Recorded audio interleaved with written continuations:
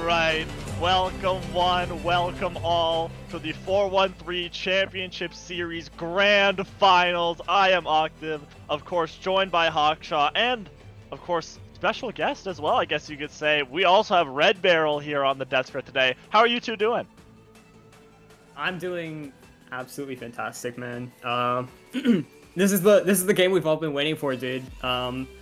This is the grand finals. It's a rematch back from week 1, if you guys remember, between the Mountaineers and 413 Havoc. So I'm really excited to see how these two teams have grown from that point in time. Red Barrel, what do you think?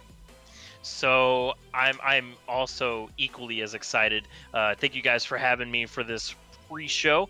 As well, I'll be able to give some insight after the show as well. After these guys just duke it out. This is going to be an absolute battle of the titans today, and I cannot be more excited to see the main tank battles, the DPS battles, the support outplays, like everything you want out of your Overwatch game. Yeah, I agree. I absolutely agree. This one is going to be one for the ages. It's the #1 seed going up to the #2 seed. Both these teams, I feel, were almost destined to go to the finals, these two. Of course, we did see these two teams back in the very beginning of the season, week 1. That series actually did go 5 maps. Havoc was barely able to squeak by with that victory. Extremely narrow 5-map series, but throughout the course of this tournament so far, both these squads have definitely improved a lot. I mean, over the course of, 9 weeks? Yeah. But yeah, both these squads, they've come a long way. So, it's going to be super interesting to see, once again, what these two teams can do. Yeah, absolutely. Like you said, between these two teams back in week 1, that game went the distance. 5 maps, an absolute thriller, sorry, of a match. And yeah, it was, and yeah, if anything, I expect this one to kind of go the same way. I expect it to go the distance as well, at least 6 maps. Like, I don't want to see like a 4-0 here, man. I mean, and whenever you're taking a look at both of these rosters, I mean, they have the potential to make some crazy good plays. Both of them are very tempered in the way that they play, sometimes to a fault, but also it's been keeping them alive in this tournament. And sometimes the value of just staying alive is much more important than getting those initial picks. Although they are nice, sometimes, especially on the defense, just outlasting your opponent can really make something, can lead to a quicker way to victory. And I think we've seen that very strongly coming out from 413 Havoc. Jump Penny and their partner in crime, SS Boat Name, and sometimes Dak Game Boy, they work together in order to keep that tank line up and healthy, just staying alive, being that anchor for their team. And we've seen the aggression of the Brave Monk coming out from the Mountaineers. I mean, it's going to be a battle of like an immovable object versus an unstoppable force. And I think it is going to be interesting to see, because I know that the Mountaineers are going to take this to a different degree, because they know who they're up against. They know they're up against 413 Havoc. These guys have this tournament in the palm of their hand, and they're just ready to really battle it out for that spot. Yeah, I can't help but agree. Going to be an extremely interesting match today. But enough of that. Let's take a quick look at our postseason format, as you could say. So, of course, these were the play-ins. New Haven Varsity not quite able to make it to those semifinals.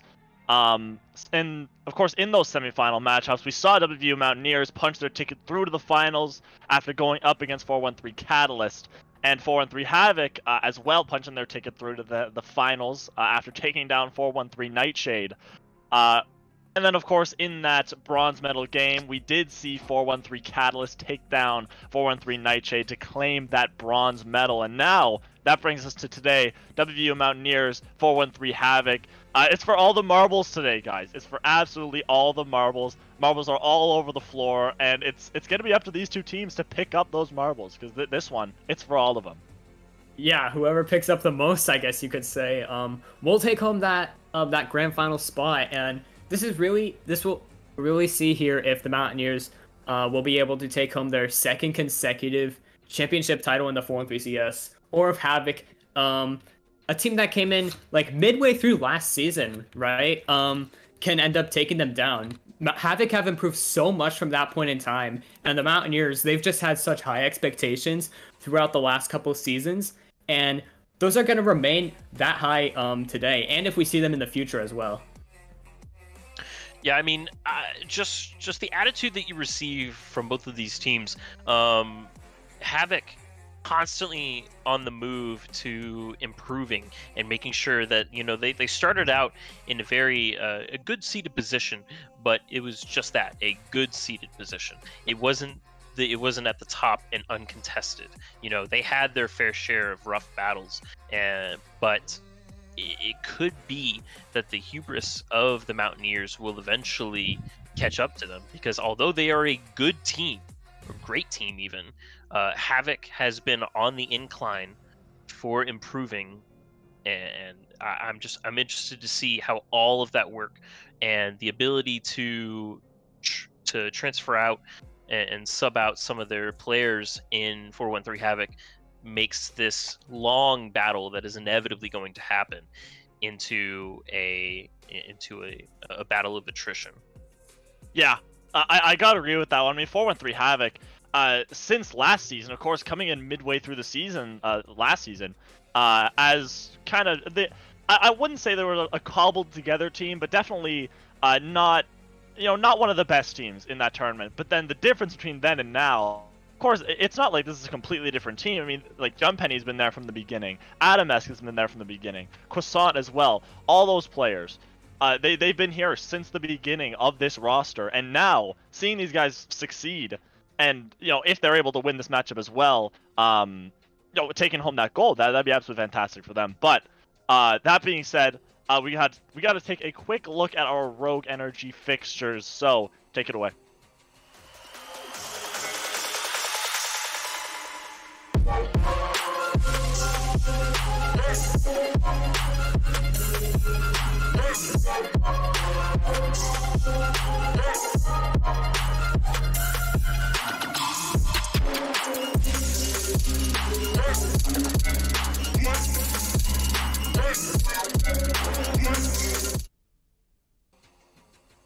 All right, Rogue Energy fixtures. Of course, covered this a little bit earlier. Of course, those two semi-final matchups, we saw Havoc and, of course, WVU take down their opponents. And I gotta say, that Catalyst versus 413 Nightshade series, that was a pretty good one as well. Catalyst taking that one home 4-2, as well, taking home that bronze medal. And, of course, the focal point of today's stream, WVU Mountaineers versus Havoc, that one is going to be absolutely gigantic, don't you think, Hawkshaw? Yeah, absolutely. Again, we just keep emphasizing it. This is the last game of the season, Yeah, man. true. Mountaineers versus Havoc. Climax. Again, yeah, exactly. A week 1 rematch. And yeah, we have seen like a few different things, but overall, for the most part, these teams have kept, for the most part, the same roster. Maybe picked up or dropped a player or two from there, but overall, they've just been the same. So, it's really on them to see how these players have improved individually and as a team overall, because we've known both these teams for their really good coordinated aggression and really good team play, as well as a lot of those individual pop-off moments, either from a DPS or whether it's a support hitting a huge bio-nade or massive shatter, you name it, right? Yeah. I can't help but agree. But Beryl, thoughts? Just taking a look at this previous this previous turning, like, it has been an ever-evolving thing, and that's what I absolutely love about competitive esports, is because it's not just, all right, you're going to take a photocopy of the teams as they are at the beginning, and then that's what they battle with the entire way through. That is beyond not what people expect. They expect to improve. They expect to make changes. They expect to adapt. And because of this adaptation, I think that we're going to see a big improvement from both teams, yes, but Havoc has done a lot of different changes, and with the ability of, again, I'm going to bring up the size of their roster, being able to sub in and adjust to the map and or the comp that they're wanting to play, it's going to be crazy good. So with that being said, let's lead into our predictions. Octave, lead us off. Yeah, Rogue Energy predictions. And I gotta say, this one I think is going to be one of the closest games we're going to see. Hopefully. I don't want to jinx anything, knock on wood. But hopefully this one ends up being super close. However, in week 1, we did see 4-3 Havoc take that victory in probably one of the closest matches of the season. It was one of the first matches of the season. It was also one of the closest. So Havoc was barely able to squeak by that one. However, both these teams have gone through significant changes. Both these teams have improved a lot. And in my opinion, I think WVU has just been a little bit more dominant in those in the matchups they've had so far.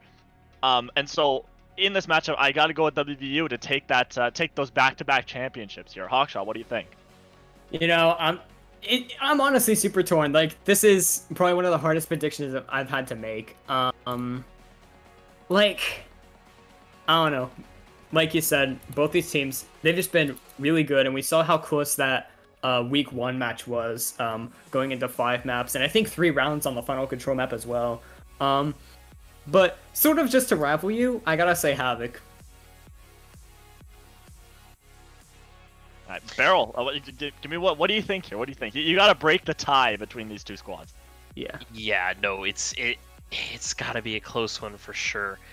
But I have to say that the one thing that I have been harping on, and the one thing that I just can continuously emphasize, is that both teams have been improving, yes, but I think ultimately Havoc has the potential to go farther.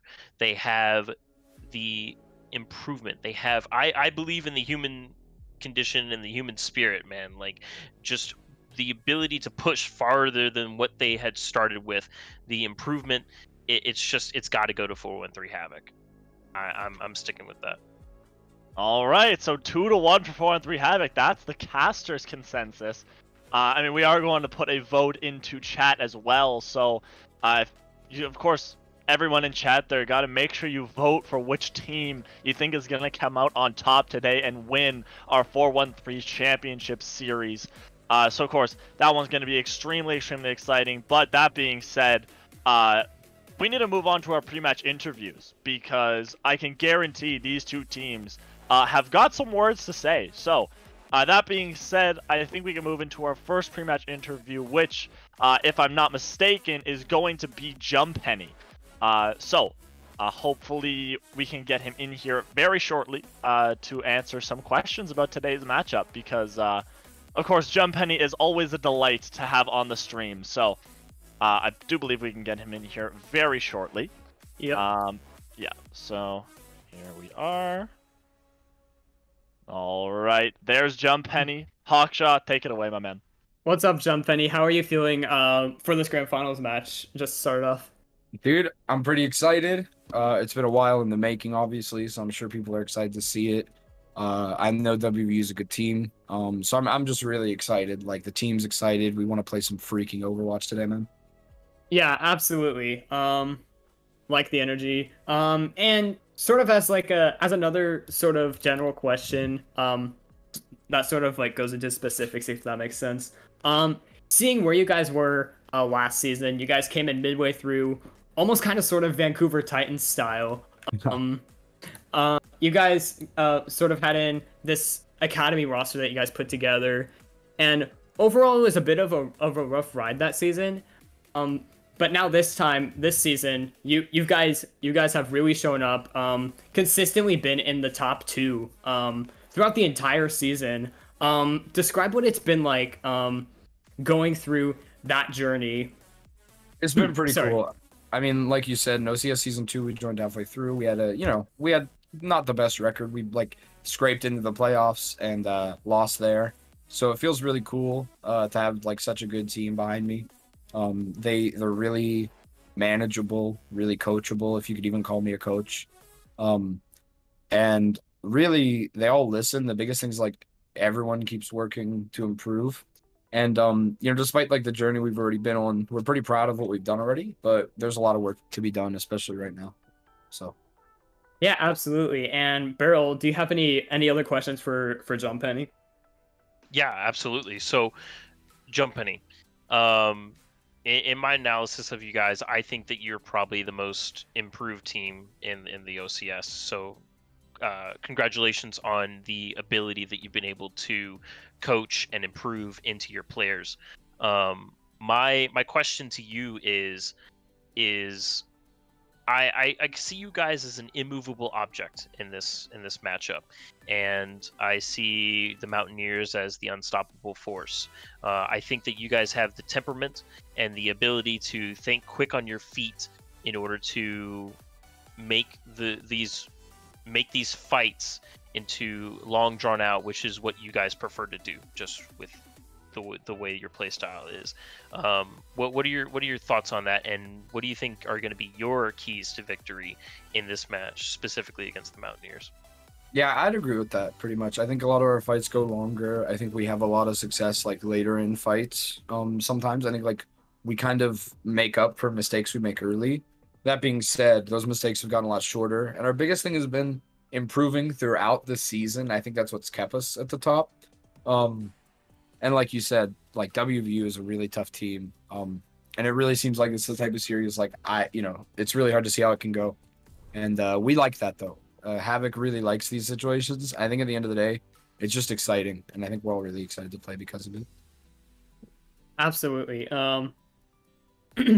And one last question. We have to ask this one, Jump Penny. Is there anything you want to say to the Mountaineers before this grand finals match? Good luck, have fun. It's gonna be a tough one. We're playing hard, so come at us, man. GG's. Absolutely. Thank you, John Penny, for the pre-match interview. Good luck, have fun, like you said. Thank you. Yes, you sir. guys... We're gonna send you back to your team. Thank you. You guys have fun too. Thank you. Thank you. All right, awesome. With that first pre-match interview out of the way, I think we can move on to our second one, which is going to be the representative from WVU Mountaineers, which is going to be the Brave Monk. Of course, this guy has been, I would say, the mastermind, the big brain main tank behind this squad the entire season so far. So, hopefully we can get him in here very shortly to give his thoughts. And, all right. Here we are, the man, the myth, the legend, the Brave Monk from WVU Mountaineers. Today's the finals. How are you feeling? Hello. I'm feeling excited and bittersweet. Why bittersweet? What? This is my last game on the team. After this season, after this game, I'm leaving, and I'll be kind of done with Overwatch until maybe Overwatch 2. I don't know, but yeah. So this is why it's been a long journey.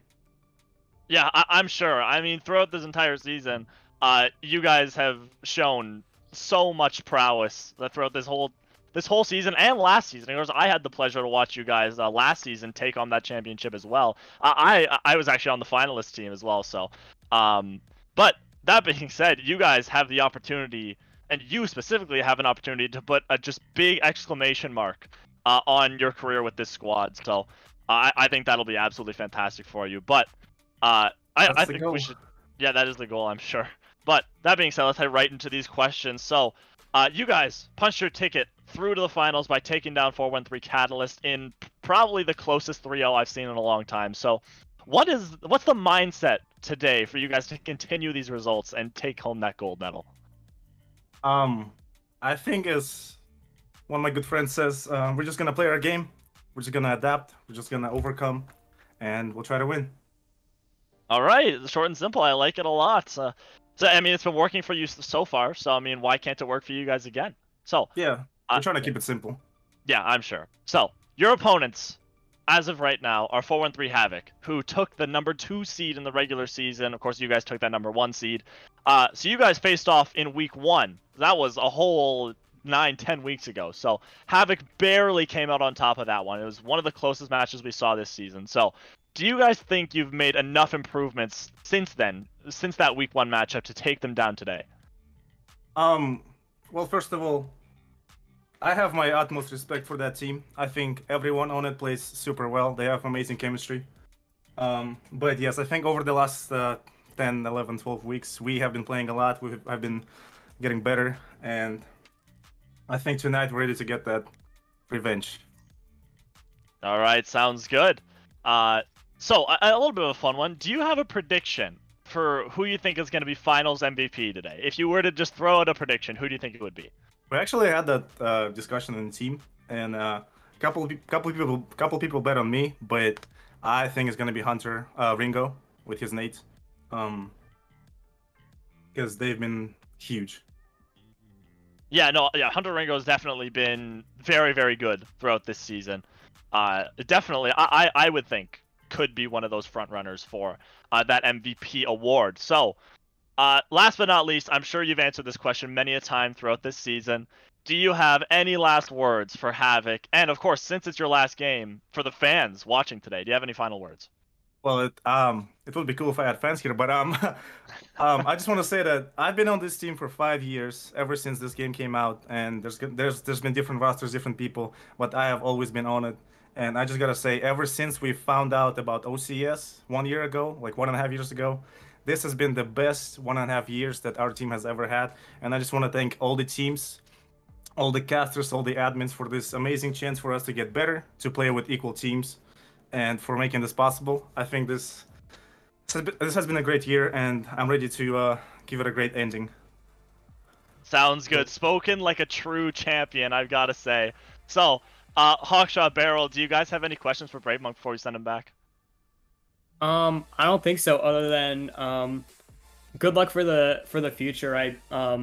You're a great dude, and I know you can do. I know you're destined for great things as well. Thank you. So yeah, it's been nice having you guys around for sure. It's been nice to be around. All right, fantastic. And with that being said, I think we can send you back to your team. So, Brave Monk, good luck, and definitely have fun throughout your last game today. Thank you so much. I hope to see you guys in Overwatch too. Yeah, hopefully we will see you, yeah. All right. I'll see you guys. I'll see you guys. All right. That being said, we are very close to ready to head in to our map number 1 of our grand finals. But before we do that, we are going to be seeing a quick intermission. So make sure you don't leave your seats. This one is going to be the exclamation mark to this fantastic season. So make sure you don't leave your seats. Maybe the only reason you would leave your seats is maybe to get some snacks, get some water. But other than that, make sure you get back in that chair and you're watching by the time this match starts. So we'll be right back.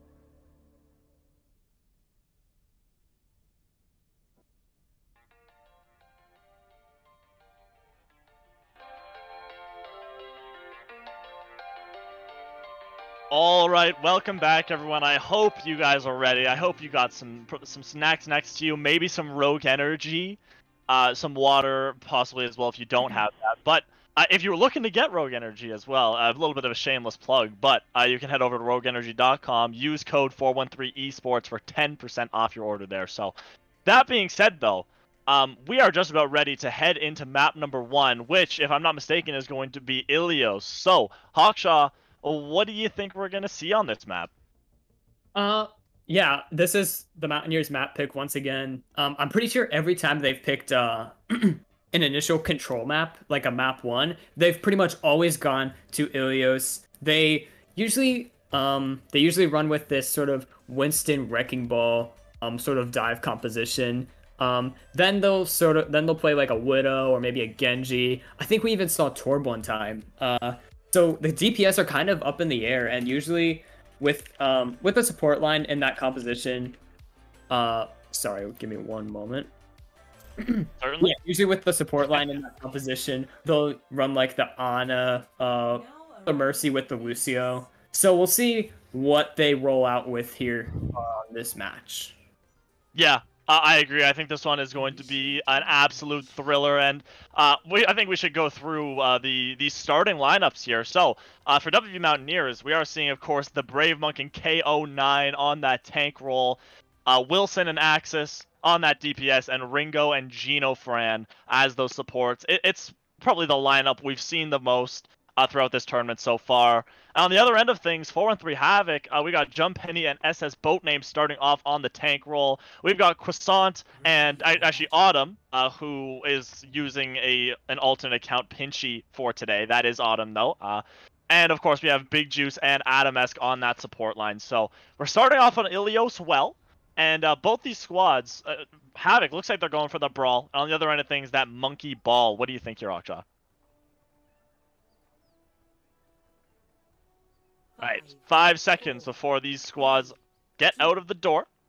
And yeah, we've seen WVU Mountaineers run this comp with the ball Winston. We've seen them run this a lot, and it really has been working to pretty great effect so far. On the other end of things, that standard brawl for Havoc that's been working for them so well throughout this entire season. They've really dominated a lot of teams. With Jump Penny on that comfort role on the Reinhardt, it's looked really good for him so far. Havoc going to be taking this this far side room. And we are actually going to see a pause near the beginning here. So, yeah, we are going to see a pause. A little bit unfortunate. Hopefully we can get back into the game shortly. But, Beryl, if you don't mind me asking, you know, what are we thinking about these comps so far? Who do you think is going to come out on top here? So whenever you're taking a look at this initial rollout from Havoc, it's playing exactly to their strengths. This particular map is made in such a way that it encourages the brawl near that mini room next to the well, as well as, you know, you have the Mountaineers trying to curve around that lighthouse, but the ultimate objective is on the point. It's on the well, and if you just set up Jump Penny just sitting straight on that point with shield up, I mean, there's not much that you can do with you. The ball has to engage and go into that small area with McCree in waiting, as well as an Immortality still in Big Juice's back pocket, and Croissant just dealing tons of damage. Like, the engage potential is not... It's not in favor of the Mountaineers whenever in such a enclosed area. Yeah, I can't help but agree. However, the point is not an enclosed area. So, of course, both these team compositions can really go up against each other here, and they're both going to have their strengths. But I will say, KO9, like with this well in the middle of the point, right, smack dab in the middle, I think KO9, especially on these less mobile targets of 4-3 Havoc, I think KO9 can really have a field day, booping everyone into that well. But yeah, the pause, actually, I should say, I think we have Gino Fran was... Yeah, Gino Fran, I think, was disconnected. So, yeah, he will be back shortly. If I'm not mistaken, I think Gino Fran will have that ultimate charge reset, and he will go back to spawn, which does kind of suck for them. But, of course, not the biggest deal. Gino Fran, Gino Fran was on that Lucio, if I'm not mistaken, right, Barrow? If I do remember correctly, yes, it was on Yeah. that Lucio to give that initial rollout. Even if not, I mean, they could sub in for a Mercy and somebody could pick them up, or Yeah. Brig just bash the way to point eventually, but slowly but surely they'll get back to where they need to be. But taking that out of account, I really do like the positioning coming out from Havoc here, and the Mountaineers. We're setting up for that dive potential. KO9 kind of taking some chip damage, just trying to scout out, and Ringo's positioning straight inside of the lighthouse could end up being quite a detriment, just because without the lack of peel, that Brawl could just rotate all the way around and really mess up the support line. And I think that's what Havoc's trying to do here, is they're trying to go to where they know it's safe and then trying to pick off the targets left behind in this dive composition. Yeah, I wouldn't be surprised if that's what they go for. I mean, this Brawl for 4-on-3 Havoc it's been very good. It's been their signature comp, I would say, even. Croissant on that Reaper has been just unbelievable as well. Autumn on that signature McCree. It's unbelievable what these two DPS can do. And Jump Penny on that Reinhardt. We can't overlook Jump Penny on the Reinhardt. I mean, these are the two, like, if you look throughout this entire season, I think probably the two most dominant main tanks we've seen so far have been the Brave Monk and Jump Penny. These two tanks are just it's hard to put into words just how dynamic of a matchup this is going to be between the two of them. So it's going to be it's going to be hopefully a very close match today, and I think it's going to be an absolute showcase from both these squads. Yeah, absolutely. And it looks like GenoFran was able to make it back into the game. So we are awaiting production in order to get this game back up and running. And it looks like Hawkshaw is back with us. So I will let you guys take it away. All right, sounds good. I just got to make sure for sure, Hawkshaw, have you returned? Yeah, I think. Awesome.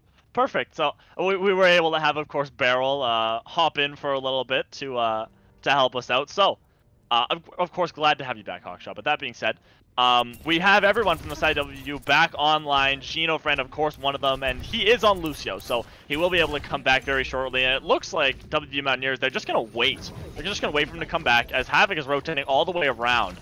And it looks like they might want to try to spawn camp GenoFran here, but he is going to be able to get out. And now here's the dive from WVU. Everyone getting low. Jump Penny, he's a little anti, but he's got plenty of shields, so that's fine for him. But the Brave Monk is the first to go down. Pinchy able to pick him off. And now 4-on-3 Havoc, they've got a massive advantage. Wilson just trying to put so much damage in on the Echo, but it's probably not going to be enough, as the point was able to be flipped. So WVU does have control of the point right now, but I don't know if it's going to be for long, because the picks are going the way of 4-on-3 Havoc. Anti will come out from Ringo, but it doesn't look like it's going to be enough. It looks like the stall picks are going to be coming out for WVU, though, as KO9 will fall to Jump Penny.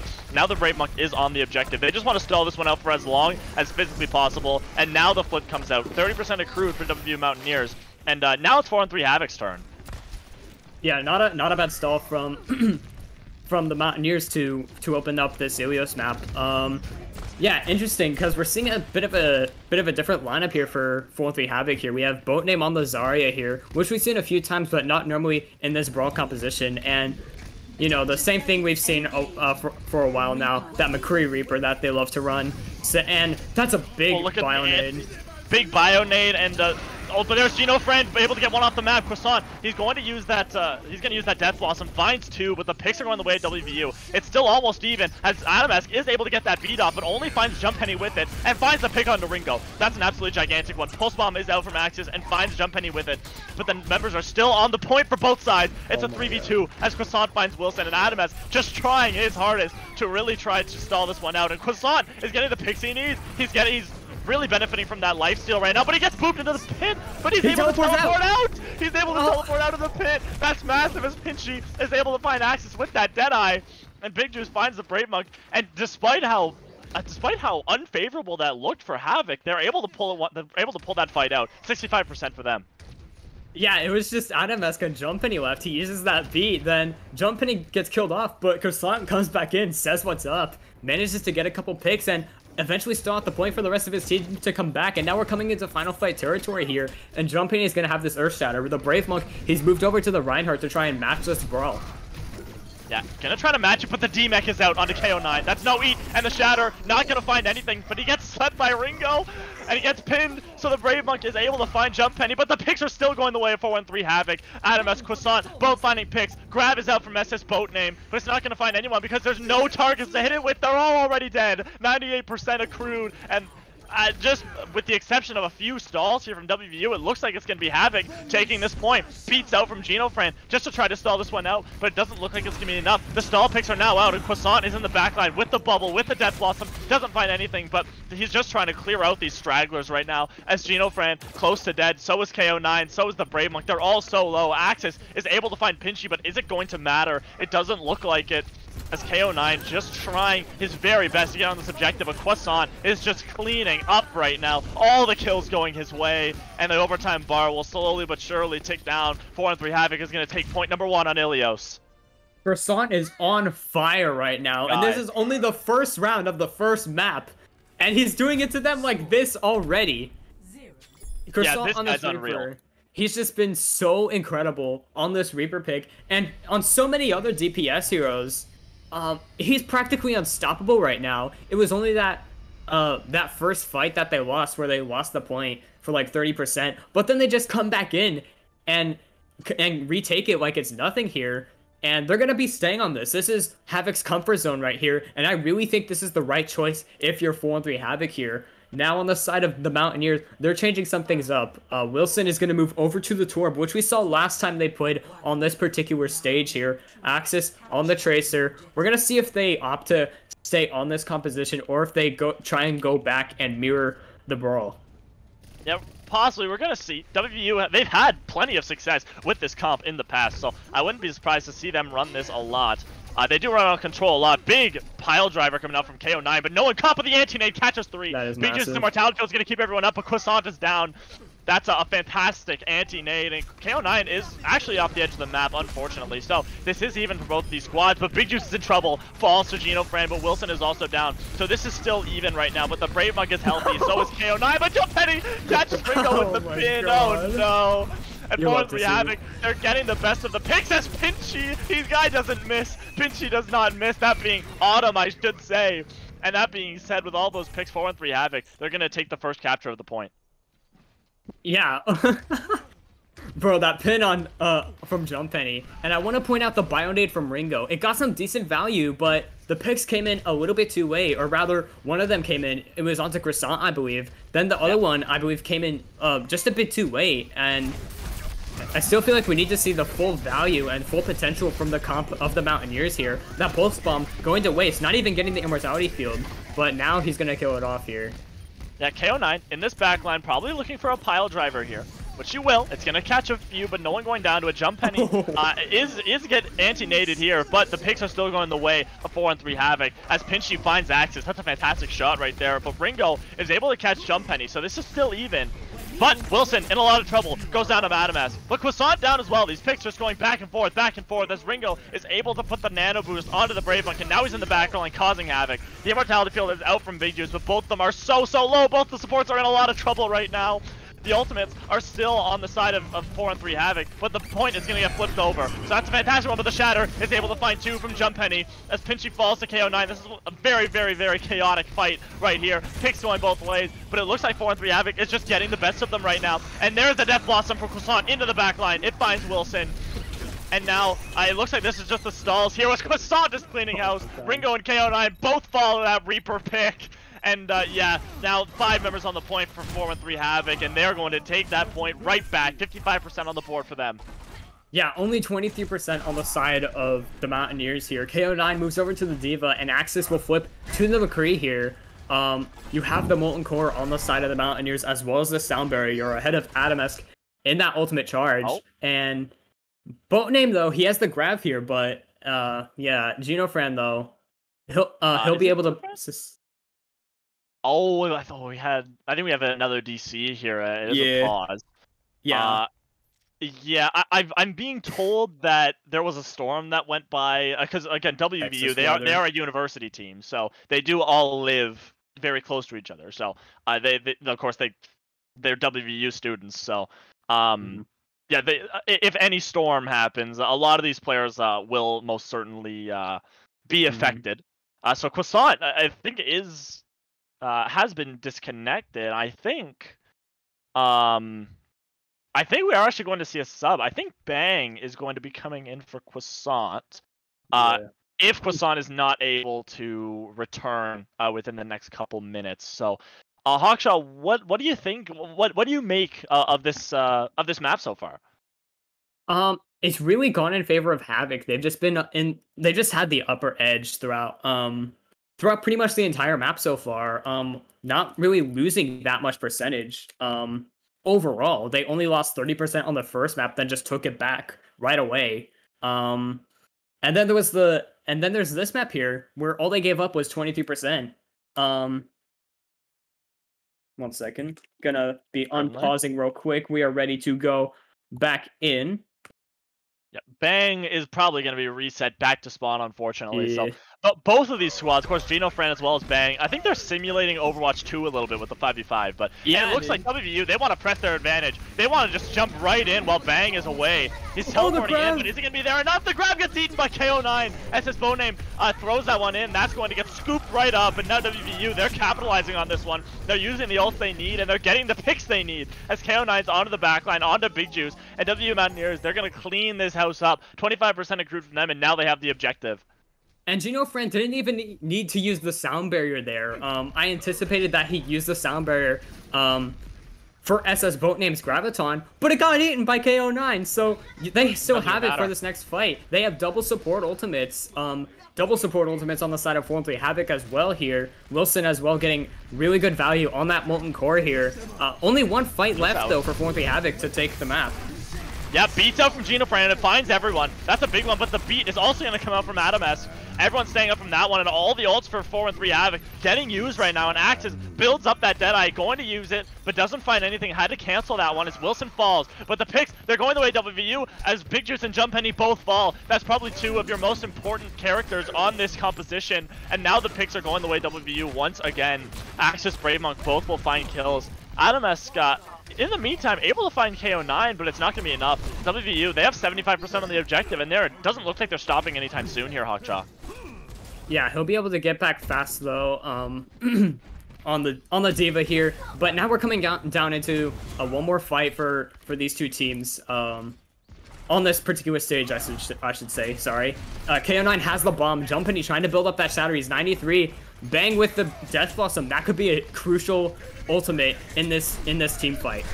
Yeah, now they're going to rush onto the objective with help from Adam S. Molten Core is out from Wilson, but the Shatter's out from Jump Penny. It finds a couple. And there's off the edge of the map! Jump Penny finds Gino Fran with the pin and takes him right off the edge of the map alongside him. But the picks are going the way of Havoc. Bang is going to use that Death Blossom into the backline, and that's both supports down for the side of WVU. But the picks are still going both ways. Bang, so low, and Brave Monk finds both supports in the backline for WVU Mountaineers. The overtime bar is ticking down, and they will take it. Point number 2 going the way WVU, and we are heading to a round 3. That was so close here. It was 87% for Havoc, but then the Mountaineers, they take it right back. It was, what, 50% for them acquired as we unpaused from that round? I think it was like 70. I think it was actually almost 75 or something like that, or maybe like 80? Yeah. They had a lot of percentage on that point, yeah. Yeah. The subbing out of Croissant in the middle of that map, though, that's a huge momentum shifter. Croissant was playing so fantastically. It's so unfortunate that he had to have that DC. So, very unfortunate there. But Bang, going to be playing that May this time instead of the Reaper. So we're gonna see what both these squads can do. On the other end of things, WVU not opting to go for that ball once again, but the rest of the members of their team very similar. KO9 is over on the Diva this time, though. Yeah, KO9 on the Diva. He switched to it a couple times throughout the last couple stages when the ball wasn't really working out for them. And I gotta say, the Diva has been working better for them. Look at this, and now they're both those tanks are gonna dive in. Oh my God! It's 5 people. God, 5 people. Ringo, come on, that's gonna put the momentum right into their favor as Adam S falls as well. And KO9 gets the remake kill onto Bang. WVU Mountaineers, they're just cleaning this one up from the help with Ringo. Yeah, that was an absolutely fantastic anti-nade, and that's going to put WVU on top and take the first capture percentage. Yeah, that was an absolutely filthy nade from Ringo. We've Gigantic. known Ringo as well as 7-Eleven. Both those two supports have played the Ana in the past and have really shown to really hit those huge bio nades and set up massive plays for the rest of their team. And now Ringo is 96% to that nano boost. You can nano the Winston here to engage onto the point as Havoc rotates. Well, there's the engage. Pinchy is a little bit caught out. Won't, in fact, go down though, but bang! Gets found by Axis, goes down, and KO9 will be the recipient of that nano boost. As the anti-nade on Jump Penny is fantastic with the Shatter. It finds 2 from Jump Penny, but Axis finds Big Juice. The Baptiste down. That is not fantastic as WVU. They're cleaning this one up again with help from Gino Brand. Pinchy able to find Axis on the recontest, but it's not gonna be enough. WVU Mountaineers 45% on the board for them. And Ringo is still on this high ground. Look at how uncontested he is. He hasn't moved once switches. from that one spot. Yeah, the switches as well. Big Juice onto the Ana and bang to the Tracer. Jump Penny to the Winston as well. So they're opting for the double bubble style to go against this dive comp from the Mountaineers. Yeah, we're gonna see what they can do on this. KO9 in a little bit of trouble, but Pinchy, so is Pinchy. Wilson finds Jump Penny though. That's fantastic kill. The self-destruct is out, doesn't find anyone, but it looks like that was just to keep the mech for KO9. Bang, able to find him, but the pick's still going the way of WVU. They're cleaning this one up. 75% on the objective, and 4-3 Havoc, they gotta figure something out here. They look a little bit lost here, Hawkshaw. Yeah, it's 80% for the Mountaineers, and they've totally turned the tables here in their favor here. 84% on the final stage of the map, and this could be theirs for the taking. They have both DPS ults as well as the sound barrier. Yeah, they got plenty of ults to their name, but so does Havoc, but bang! Oh no, Axis finds him with the headshot on the McCree. That's fantastic, and someone's got to touch the objective, but Axis is not going to make that easy. He finds Jump Penny, and no one touches the objective! Oh no, it's tragedy. WVU Mountaineers, they're going to take point number 3 and map number 1. They're going to go up 1-0 in our grand finals. I think Adamusk, he committed the sound barrier. He hit the ground with it right on the molten core, but he got booped off before he can even make his way onto the objective. Yeah, he was able to get that beat off, but the beat doesn't really mean a whole lot if you don't touch the objective. And look at KO9, a Baby Diva play of the game. With that remake. Yeah, you don't see those very often. You don't see those very often, but you know, you always love to see that when it happens. Anyway, that's map number 1 in the books. Ilios going the way of WVU Mountaineers, but not without a fight from 4-3 Havoc. I gotta say, aside from that 3rd point, which is a little bit one-sided, the other 2 points, very close, Hawkshaw. Yeah, for sure. It really looked good for Havoc here, considering how one-sided Ilios well was. Then it looked one-sided up until Croissant DC'd, which again was so unfortunate for 4-3 Havoc there. Yeah. And I think that really just threw off their groove a ton here by not having your signature Reaper player in that lineup. Like, you saw, he was on fire for that throughout the entire first stage. Getting like 4 kills felt like every freaking fight. Yeah, that guy was just on fire. Croissant was just unstoppable. And again, so unfortunate. I think that map goes very differently if Croissant is in the lineup there. Of course, not to say that Bang is a slouch in any way, but I mean, Croissant was just on fire. That guy was unstoppable. Yeah. But you gotta say, map number 2, it is going to be hybrid. And it's going to be Havoc's map pick. So I honestly think they're gonna pick King's Row. That's my that's my prediction. I mean, they love running that Brawl, and Brawl is pretty much the only viable thing you can run on King's Row. We have seen teams try other stuff on King's Row, but that good old Brawl is the simplest, it's the easiest, it's just the best comp to run on King's Row. So Havoc, yeah, just as I say that, Havoc will be picking King's Row. So before we head into map number 2, though, we are going to have to head into a quick intermission. So of course, if you haven't already, I mean, I told you before last map, grab some snacks, grab some water, grab your Rogue Energy if you've got it. But we are going to head into a quick intermission. We are doing we're doing short intermissions today, so make sure you don't leave, and we will be right back very shortly.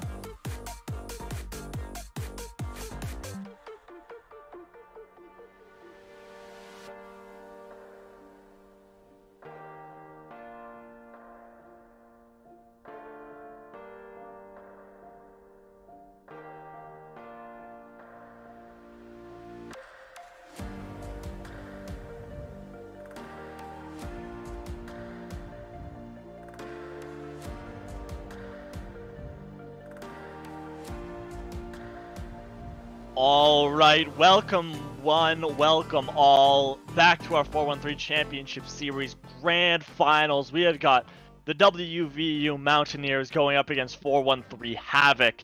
And if map number 1 is any indication here, Hawkshot Barrel, this is going to be a close one, don't you think? Absolutely. Yeah, again, it was one-sided in favor of Havoc at the beginning. Then literally about halfway through, it just slipped out of their hands and into the Mountaineers' hands. And they ended up dominating that Lighthouse stage to go up 1-0 in this series. And this is a big statement for them. And Barrow, what do you think of the map pick here? Yeah, Havoc picking Kings Row here. Yeah, so I think going back to their signature map, they're back on their loins. Going to Kings Row is a statement, if anything else. It's saying, oh yeah, we trust in our ability. We know what we can bring to the table in this map. I mean, we've seen what Havoc can do on Kings Row. It's no secret that their brawl is extremely good on these tight corridors, and they know exactly how to play it. I'm very excited to see how they pull this one out.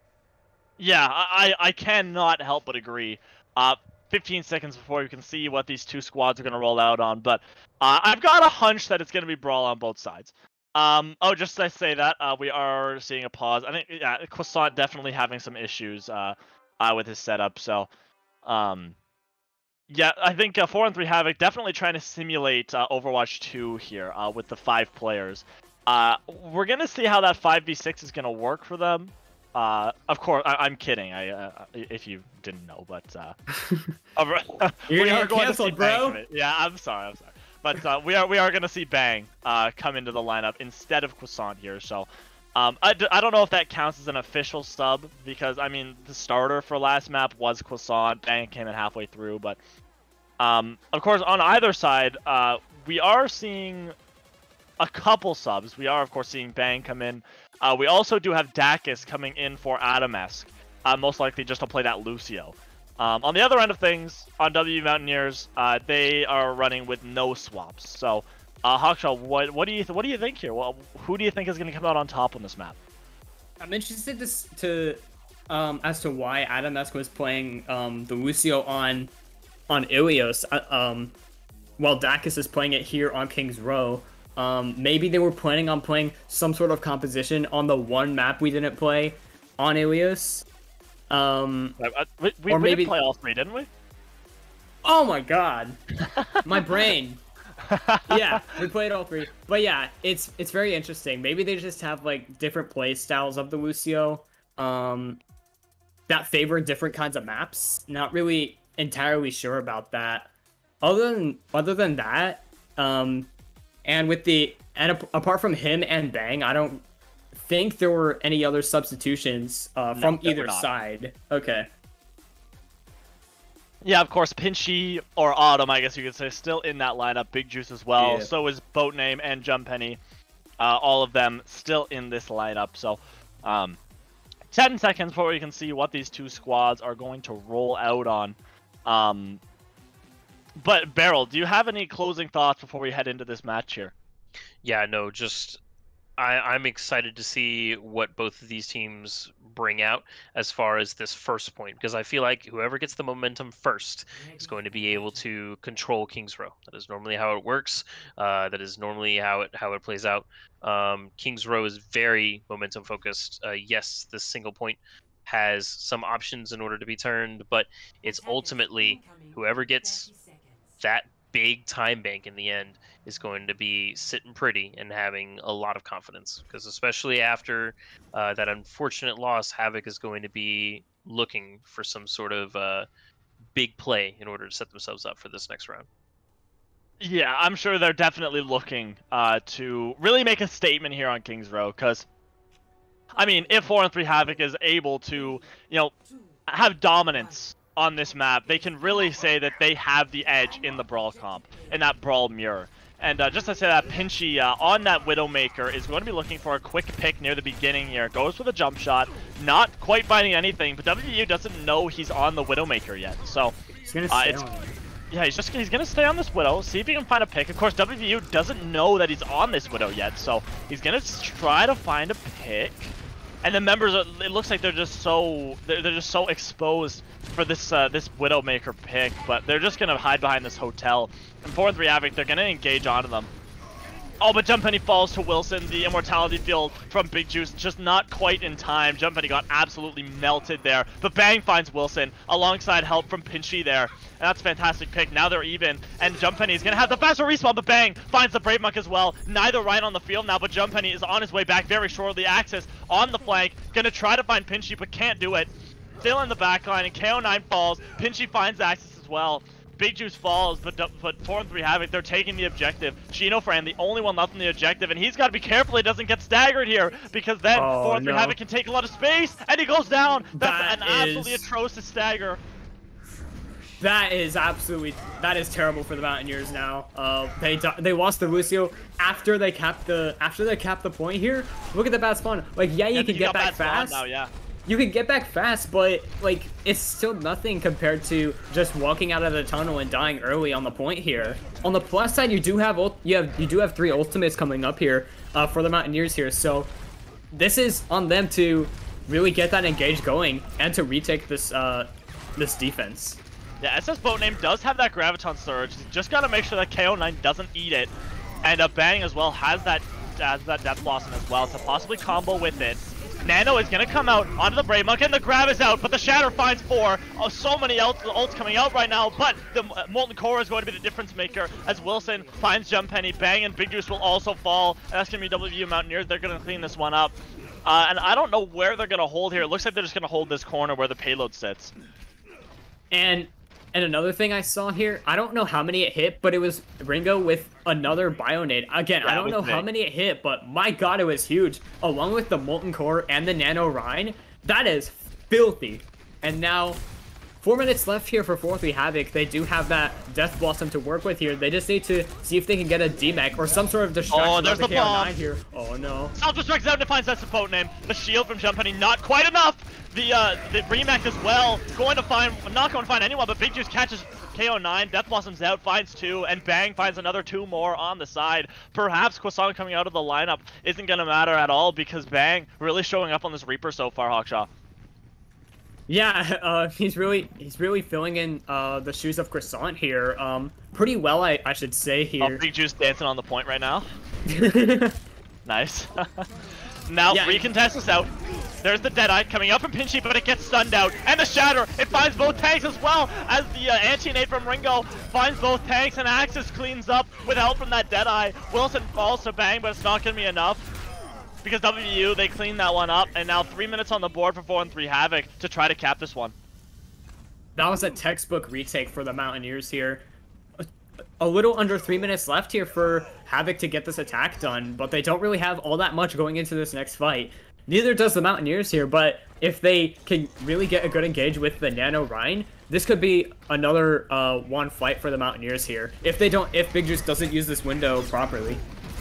Yeah, very true. Big Juice with that window is going to be absolutely monumental. And now everyone from WVU's got to get out of the way of that one, but Bang is sleeping. Can't use that window to his advantage right now. And cowering into this right side is going to be WVU with KO9 there to contest the card. No one quite yet got down, but look at the flank from Axis. He's behind the rest of WVU, or behind the rest of Havoc, I should say. And Wilson's in a lot of trouble. Will fall. That's the first pick, but Jump Penny will also fall. The Nano's out onto the Brave Monk. And WVU, they're cleaning this one up. Ring goes down to Bang, but Bang will also fall. And 4-3 Havoc, I should say, are going to have to disengage here and back up. They're going to have to go in for another attempt.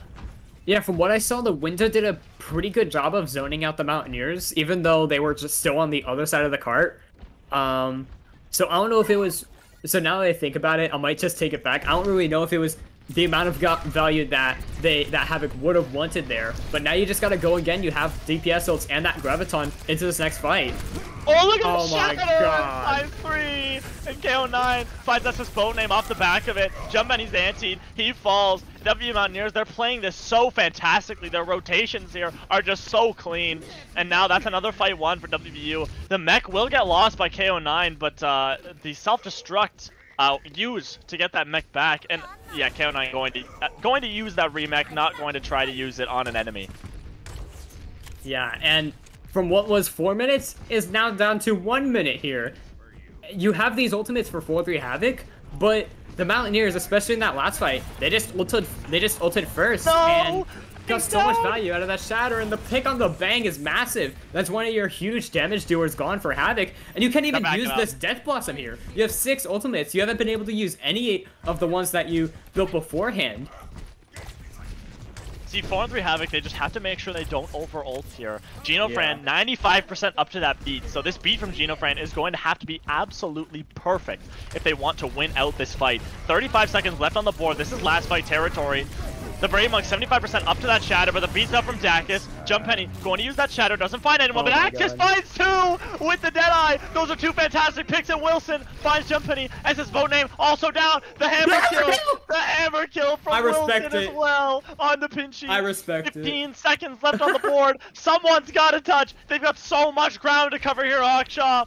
A few ultimates on the board for 4-3 Havoc, but someone has to touch the objective. Who's it going to be?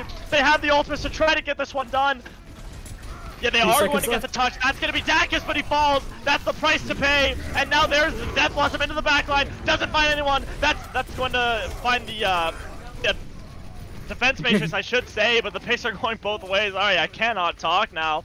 But the picks are going the way of 4-3 Havoc right now. Nano's out onto KO9, but he gets DMAC'd. That's the Nano gone right there. And now the DMAC is going to get punished. The only one left is going to be Ringo, who falls. Cart going to slowly push into this next objective. It doesn't look like anyone from WVU is going to recontest this one. 4-3 Havoc, they're finally going to take this second objective. They got a minute and a half to their name now. God, that was brutal. That was kind of brutal, I'm not gonna lie. They had 6 ultimates, weren't able to use any of them up until that last fight. I thought they were going to lose that on that attack right there before the second point. Just from the one core that Wilson put out. Oh, the bomb is huge. It finds Pinchy. That's a big one from KO9, but KO9 will fall before he's able to remech. On the side is going to be Bang over here. On this left side, but he falls for the Brave Monk. Sleeps out on S's. Boat name, yeah, they're going to punish that one hard unless Jumppenny saves him. That's a fantastic pin right there. Shatters as well, and Genofran will fall. Big plays here from Jumppenny. Dear God, man. A lot of the time you can see a gigantic shatter from the Reinhardt player, but it's another thing when he can save his off tank like that. Dacus is slept up by Ringo and will fall. No protection there for him. Immortality Field will also come out from Big Tears, but Ringo falls. That's a big pick, and in the backline is Pinchy, finds Wilson, but the picks are going both ways right now. Axis is going to find one on the Pinchy as well as the Brave Monk. And now 26 seconds left on the board. 4-3 Havoc. They got to touch the objective, and they have less than an ideal amount of ultimates to use here. Yeah, they don't have anything going into this next fight. You need to build this Graviton if you're SS boat name, but you only have 12 seconds to do it. Ringo has the Nano Boost and Genofran 88 to that sound barrier. This is looking great for the Mountaineers to finally hold off Havoc here before this third point. What's going to be big here is Dacus. He's got to build up that sound barrier right now.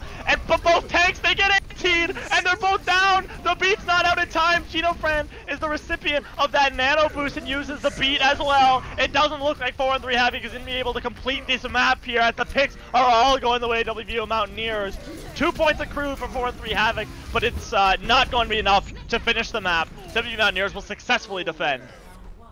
Oh my God! I thought it was gonna go wrong from the Mountaineers boosting Genofran or nano boosting Genofran, but no, it still went well. They were finding picks. I think even Genofran ended up getting a final blow of his own in that final fight, and that's a really good third point hold if you're the Mountaineers here.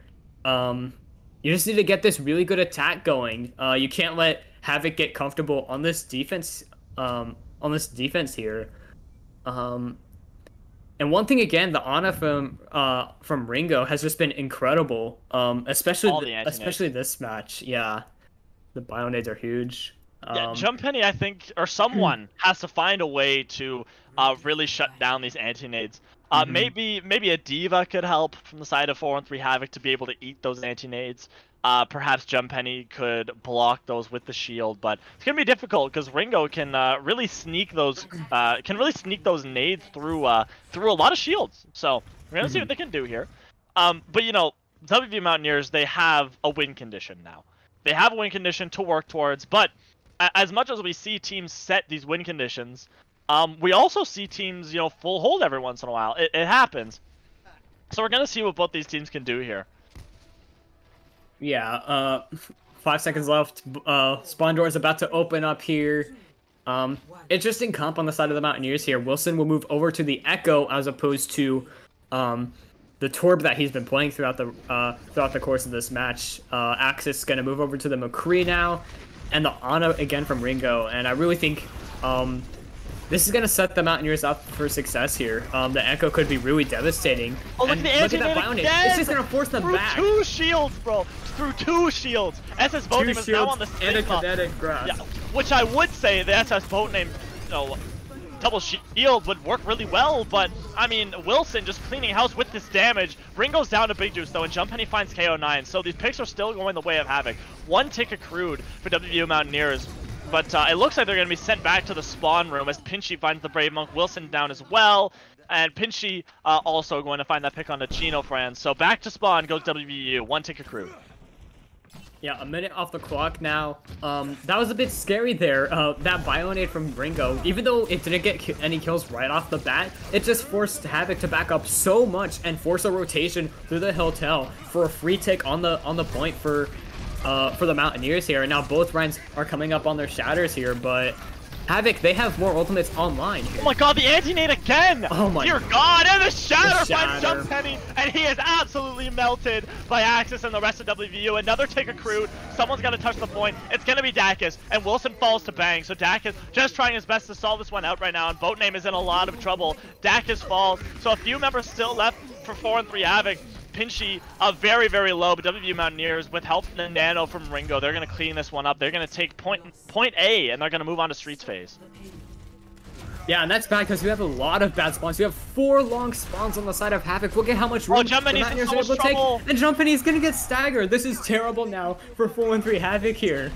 Look at all the space that WVU Mountaineers can take here. They can just take right up to almost this 3rd point. Brave Monk gonna stay up there, try to put in some extra damage. Yeah. 4 and 3 Havoc, they gotta regroup here, and they gotta defend this one soon. Yeah, now they've finally gotten their footing back. They're able to regroup as a full 6 here. They have these tank ults online. This is their go sign here. Get something good with that gravitic flux. Wilson falls. That pick onto Wilson as well. That is huge for 4 and 3 Havoc to retake this. And the gravitic flux finds 2 from SS Boat Name. Axis will fall alongside that gravitic flux. Shatter is going to come out from Jumppenny. Doesn't find anyone, but it looks like that was just insurance. That's going to be 4 and 3 Havoc. They're going to defend this one, and they are going to take this choke area. They are going to give no space, no mercy to WVU here. Yeah, and the good thing, though, for the Mountaineers here is they have both tank ults, both DPS ults. Ringo is going to build that Nano really quickly by the looks of it. Gino Fran has the sound barrier. They're going to go in with double Reinhardt. They're going to use the Reinhardt. Yeah, Shattered is going to be SS Boat Name, but look at the anti-nade again! It finds 3! Bang in the backline is going to use that Deadeye, and Pinchy as well with that Death Blossom finds Ringo into the backline, and Dacus uses that beat. That's a big one right there, and Gino Fran will fall to Dacus, so it looks like 4 and 3 Havoc with some very smart rotations is going to be able to take that fight. 3 minutes on the clock here left for WVU Mountaineers. And again, just looking so scary. In favor of the Mountaineers here. It just looks like it's gonna be a lost fight. Right as I see those purple health bars on the side of Havoc, I'm just thinking, oh no, this is gonna be bad. But they're somehow finding ways to turn these around, but they don't have any ultimates online here. Yeah, they don't have any ultimates online here though. Whereas the Mountaineers, they have quite a few. Oh, walled off is going to be Jumppenny, but he gets that help from Big Juice with the Immortality Field. Shatters out from the Brave Monk, doesn't find much. Kind of hard to put one through those shields. And Boatname puts the shield up, able to block that self-destruct. And pinning it is going to be Jumppenny, finds KO9 before the remag, and Jumppenny will fall. And the Brave Monk is in the front line right now, just trying to get all these kills as Axis finds Pinchy. That's a lot of damage down right there. Gravitic Flux is out, it finds 2, but the beat from Gino Fran is going to keep everyone up. Nice and healthy there. Dacus in a little bit of trouble, but Wilson falls. There's another Deadeye from Bang. It's going to get shielded off and stunned out. But there's the opposing stun from Bang. We'll find one, but the Brave Monk's just going to single him out and kill him. Windows out from Big Juice. And now, but the picture still going the way W, but look at the shatter. Ringo almost cleaned up, but not quite. Jumppenny slept up. Pin, and there's the shatter. Finds 2. The Brave Monk showing that dominance. 1 minute 50 seconds on the clock, and now it looks like these are just the stagger picks 4-3 Havoc, I should say. Everyone's so low, but the Nano is going to come out on another Brave Monk. So it looks like 4-3 Havoc, they did force WVU to use a lot of ultimates there, but the fight and the second point is going to go their way. Yeah, it's not the worst outcome in the world for Havoc there, considering that second point could have gone a lot quicker had certain things changed. And now it's a little under 3 minutes here for the Mountaineers here, and Ultimate Economy, sort of similar, but Axis does have that Deadeye here. Wilson coming up on Blizzard, he has it online, ready to use. There it is. Everyone's caught in that one. That's going to be 3. Jump Penny and SS Boat Name both frozen up. Jump Penny almost melted, and yeah, will get melted. Genofran falls, and that payload is getting dangerously close to that gold box of victory. Pinchy in the backline, able to find Active, and the beats out from Dacus. So this is still winnable here for 4-3 Havoc, but Pinchy is frozen up. Won't fall, though, as Big Juice will. Now, still a couple members here for 4-3 Havoc on the objective, but the Brave Monk is cleaning up. Just to say that, though, both tanks, Jump Penny and SS Boat Name, going to find picks. Dacus going to fall to Ringo, but it's not going to be enough, because as we all know, if picks go back and forth on defense, especially on that third point, it's going to go the way to the defenders, Hawkshaw. Yeah, absolutely, and that was a perfect example of it. Jump Penny came in with the pin, brought Brave Monk to 1 HP, and he tried to use the Shatter, but he died before getting it off. You do have another go here if you're the Mountaineers, though. You have 4 ultimates online. Axis with that Deadeye still. Wilson almost had another Blizzard here. His last one got a lot of value, so I expect the same here. Oh, look at the flux! It catches 5! It's gigantic, but the beat from Genofran keeps everyone nice and healthy there. Bomb is out. Will it find anyone? Yes, it finds SS Boat Name. That's what they were looking for. The remake finds Dacus as well, but Pinchy in the backline able to find the Brave Monk and Wilson. Someone's got to touch the point, and no one can. Both DPS were almost on the objective, but not quite able to get it done. WVU Mountaineers, they're going to push it through third point. They're going to take map number 2 on Kings Row. Yeah, Pinchy got split by the ice wall from Wilson. Bang tried to get around it, but couldn't in time. And it was only a matter of time at that point before the Mountaineers just capped that second point. Now they're up 2-0, or that third point, sorry. Now they're up 2-0. Now up 2-0 in this series, and that's a statement from WVU Mountaineers, I gotta say, because Havoc, that was their map pick, Kings Row. They wanted to run that brawl the whole time. That's exactly what they did, but I mean, just so much pressure from WVU, showing that they can play their own style of brawl and they can make it work. So they are going to take map number 2. Yeah, that was it was a close map.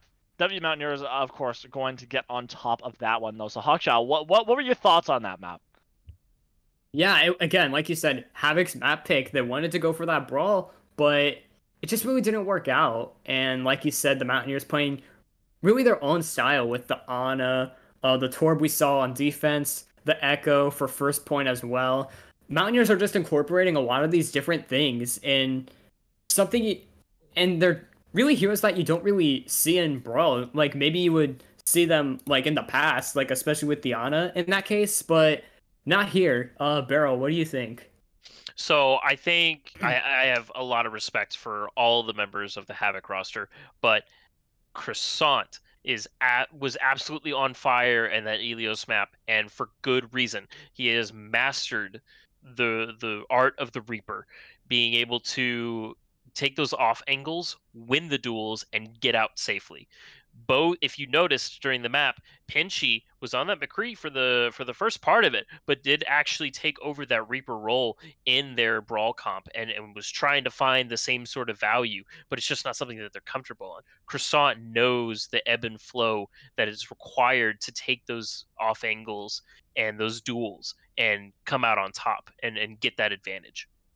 You weren't able to see as much of that, and I think that ultimately the game kind of suffered at his loss. And not to say that the DPS didn't find their own amount of picks.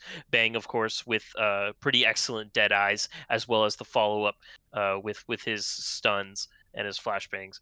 But ultimately, I think that there was a couple of reasons that Havoc wasn't able to come out on top in that Kings Row match, but I will save that for a later time. Yeah, I gotta say, Croissant, with that disconnect there. Definitely hurt 4-3 Havoc there. His Reaper was one of the standouts of this squad, I guess you could say, but unfortunate, I guess you could say, because there have been storms apparently everywhere Yeah. across the country, especially even here where I am. Of course, I don't want to dox myself or anything with where I live, but there's expected to be storms here as well tonight. So a lot of people really getting the short end of the stick when it comes to weather today. So a little bit unfortunate, but map number 2 gonna go the way of WVU Mountaineers. So map number 3 will be Escort, and it looks like it's gonna be Route 66. But before we head into that one, we have got to head into a quick intermission. So don't leave your seats. This one's gonna be an exciting one. So make sure you're back when we restart, because we'll be back shortly.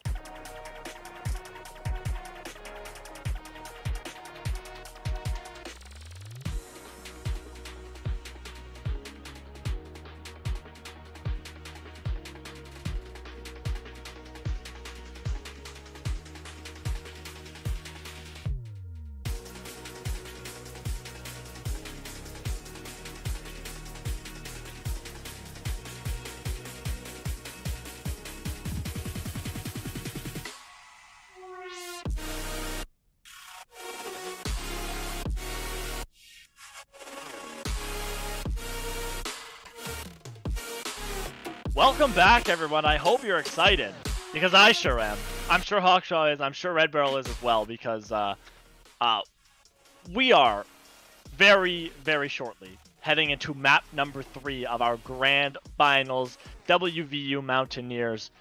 They're up 2-0 in this series right now, taking map number 1 and 2 in a relatively close affair, I would say. So, for map number 3, though, we are heading into Route 66. So, Hawkshaw, you know, what do you make of that last map, and what do you think we're going to see on this next map here? Yeah, again, like we pointed out, one moment. Like we pointed out at the end of the last map, it was really there were a lot of different styles that the Mountaineers were able to incorporate into their brawl. A lot of unorthodox things that you really wouldn't see in a brawl. They would play like the Ana over the BAP. They'd play, you know, the Echo or the Torb or something over the Mei, which Wilson did flip to the Mei later in the map. And I gotta say, he got just as good value on that Mei. Really good for his team there.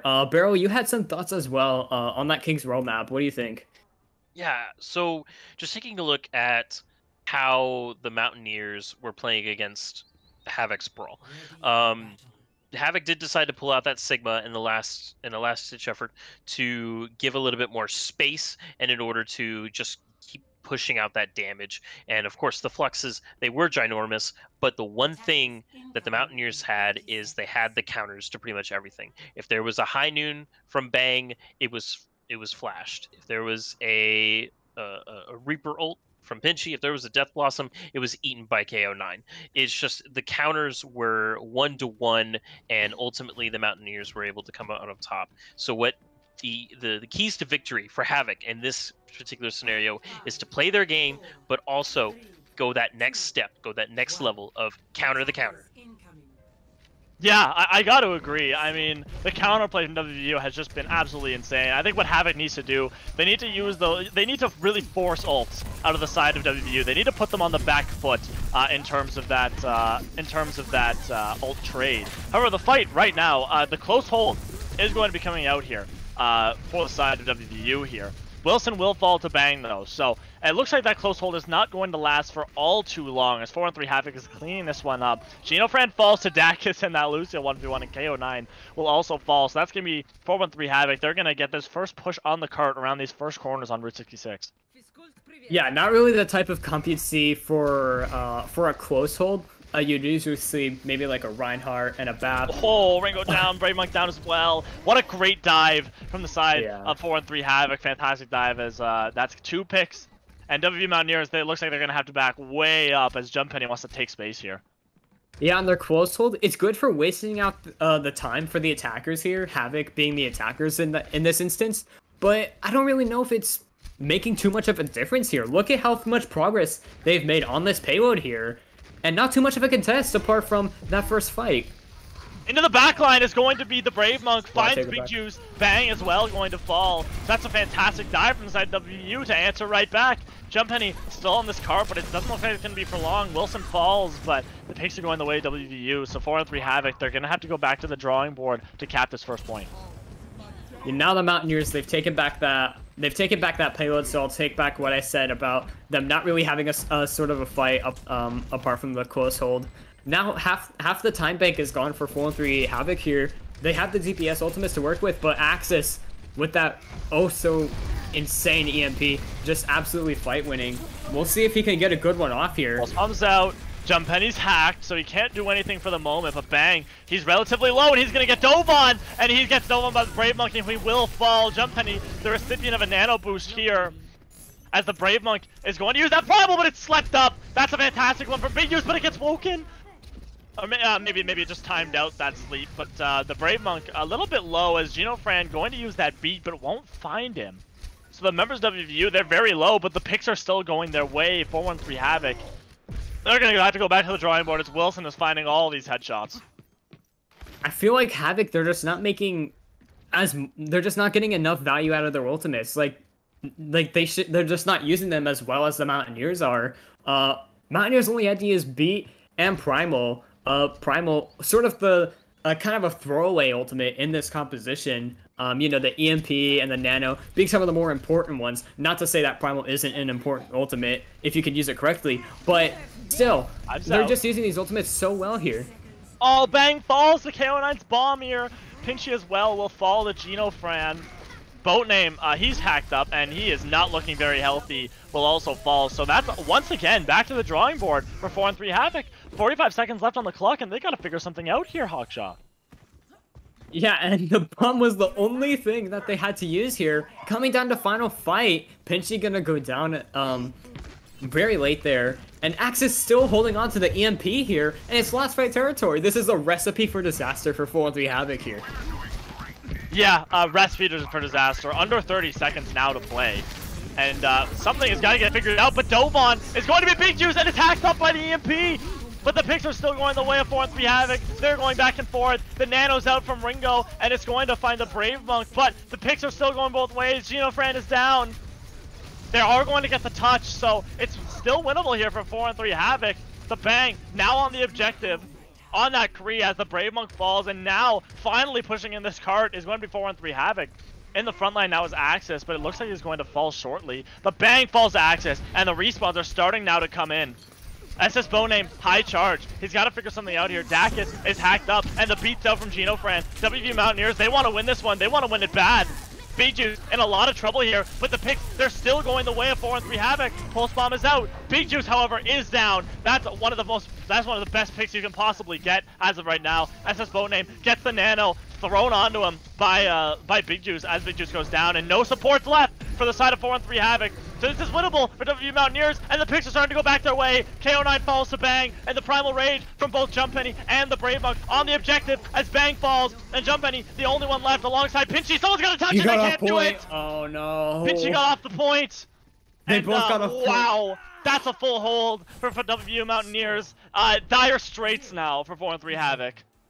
That is heartbreaking. Yeah, Jumppenny and Pinchy left on the objective, but they both ended up jumping off of it.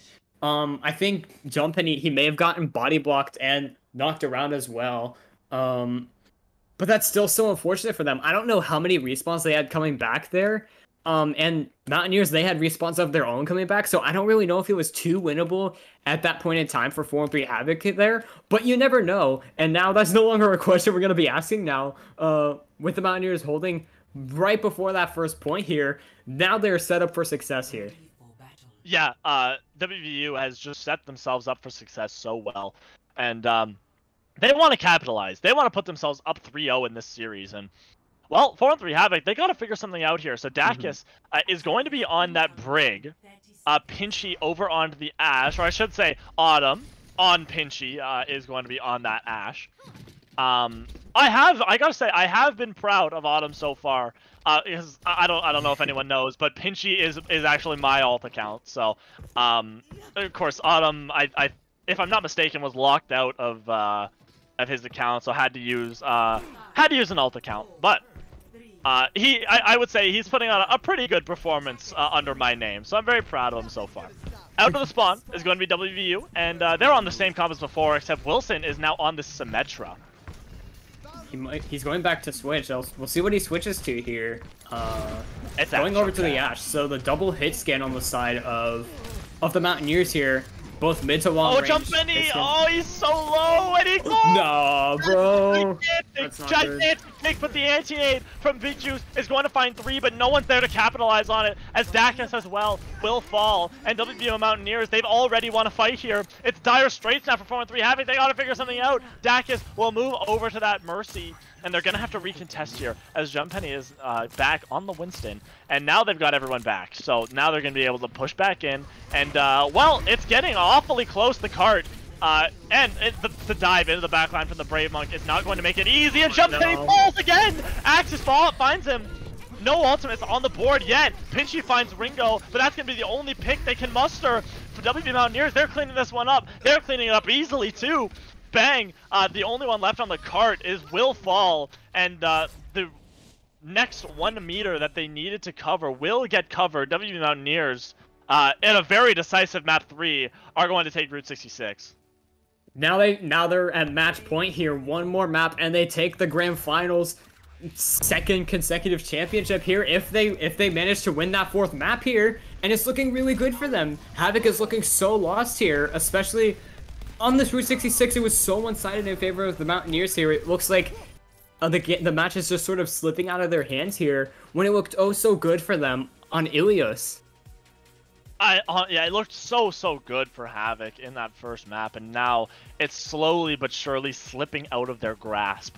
3-0 for WV Mountaineers here, and well, Mountaineers, they are 1 map away from putting the exclamation mark on this fantastic run from the Brave Monk and the rest of this squad.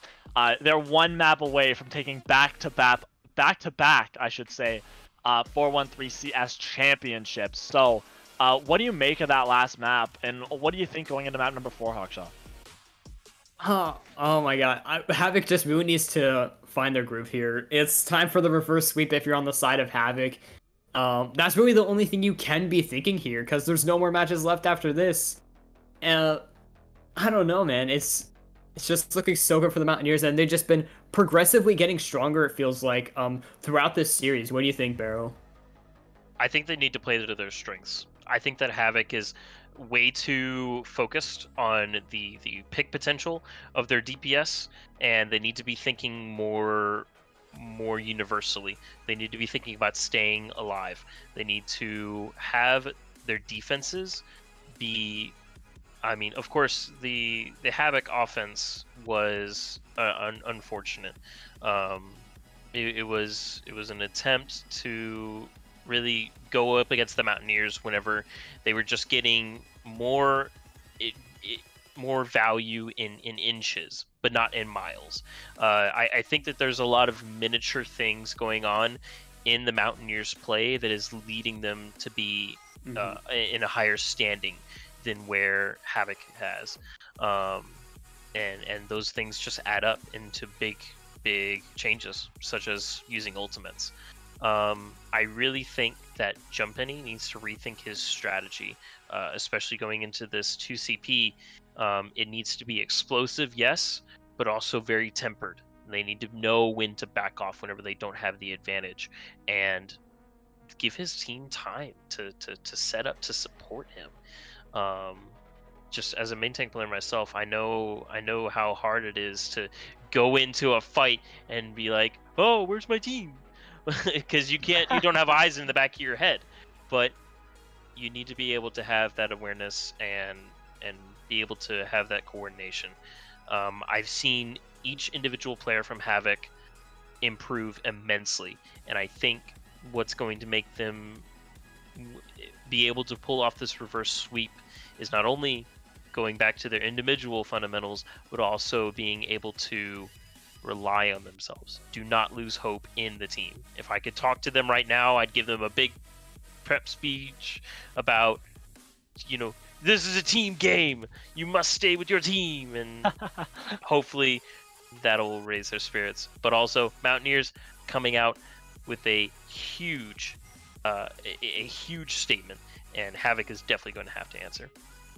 Yeah, Havoc's got to figure something out here, and I gotta say, if any team in this tournament is capable of bringing this reverse sweep back, it's definitely Havoc. But it's going to be a long and hard journey for those guys.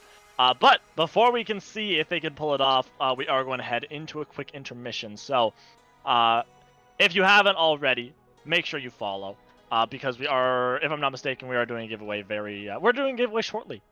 And as well, feel free to sub if you really enjoy what we're doing here, because then you don't receive any ads, which is pretty fantastic. But we appreciate every single one of those subs, and of course, for every 10 subs, we are going to be doing a giveaway for, I think it's either a choice between Rogue Energy Starter Pack. There's some things you can choose from. So, that being said, we are going to head into a quick intermission, so make sure you guys don't leave. And on the other side of the break, we're going to see if Havoc can pull this one back from the brink. We'll be right back.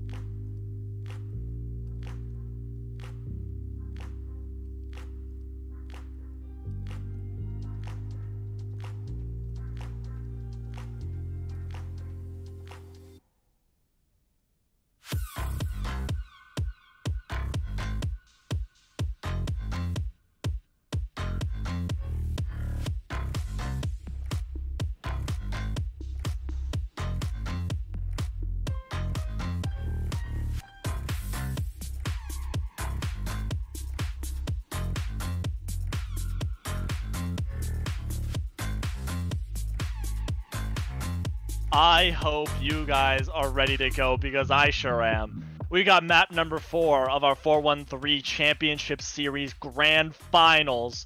We've got the WVU Mountaineers, and we have got 4-1-3 Havoc.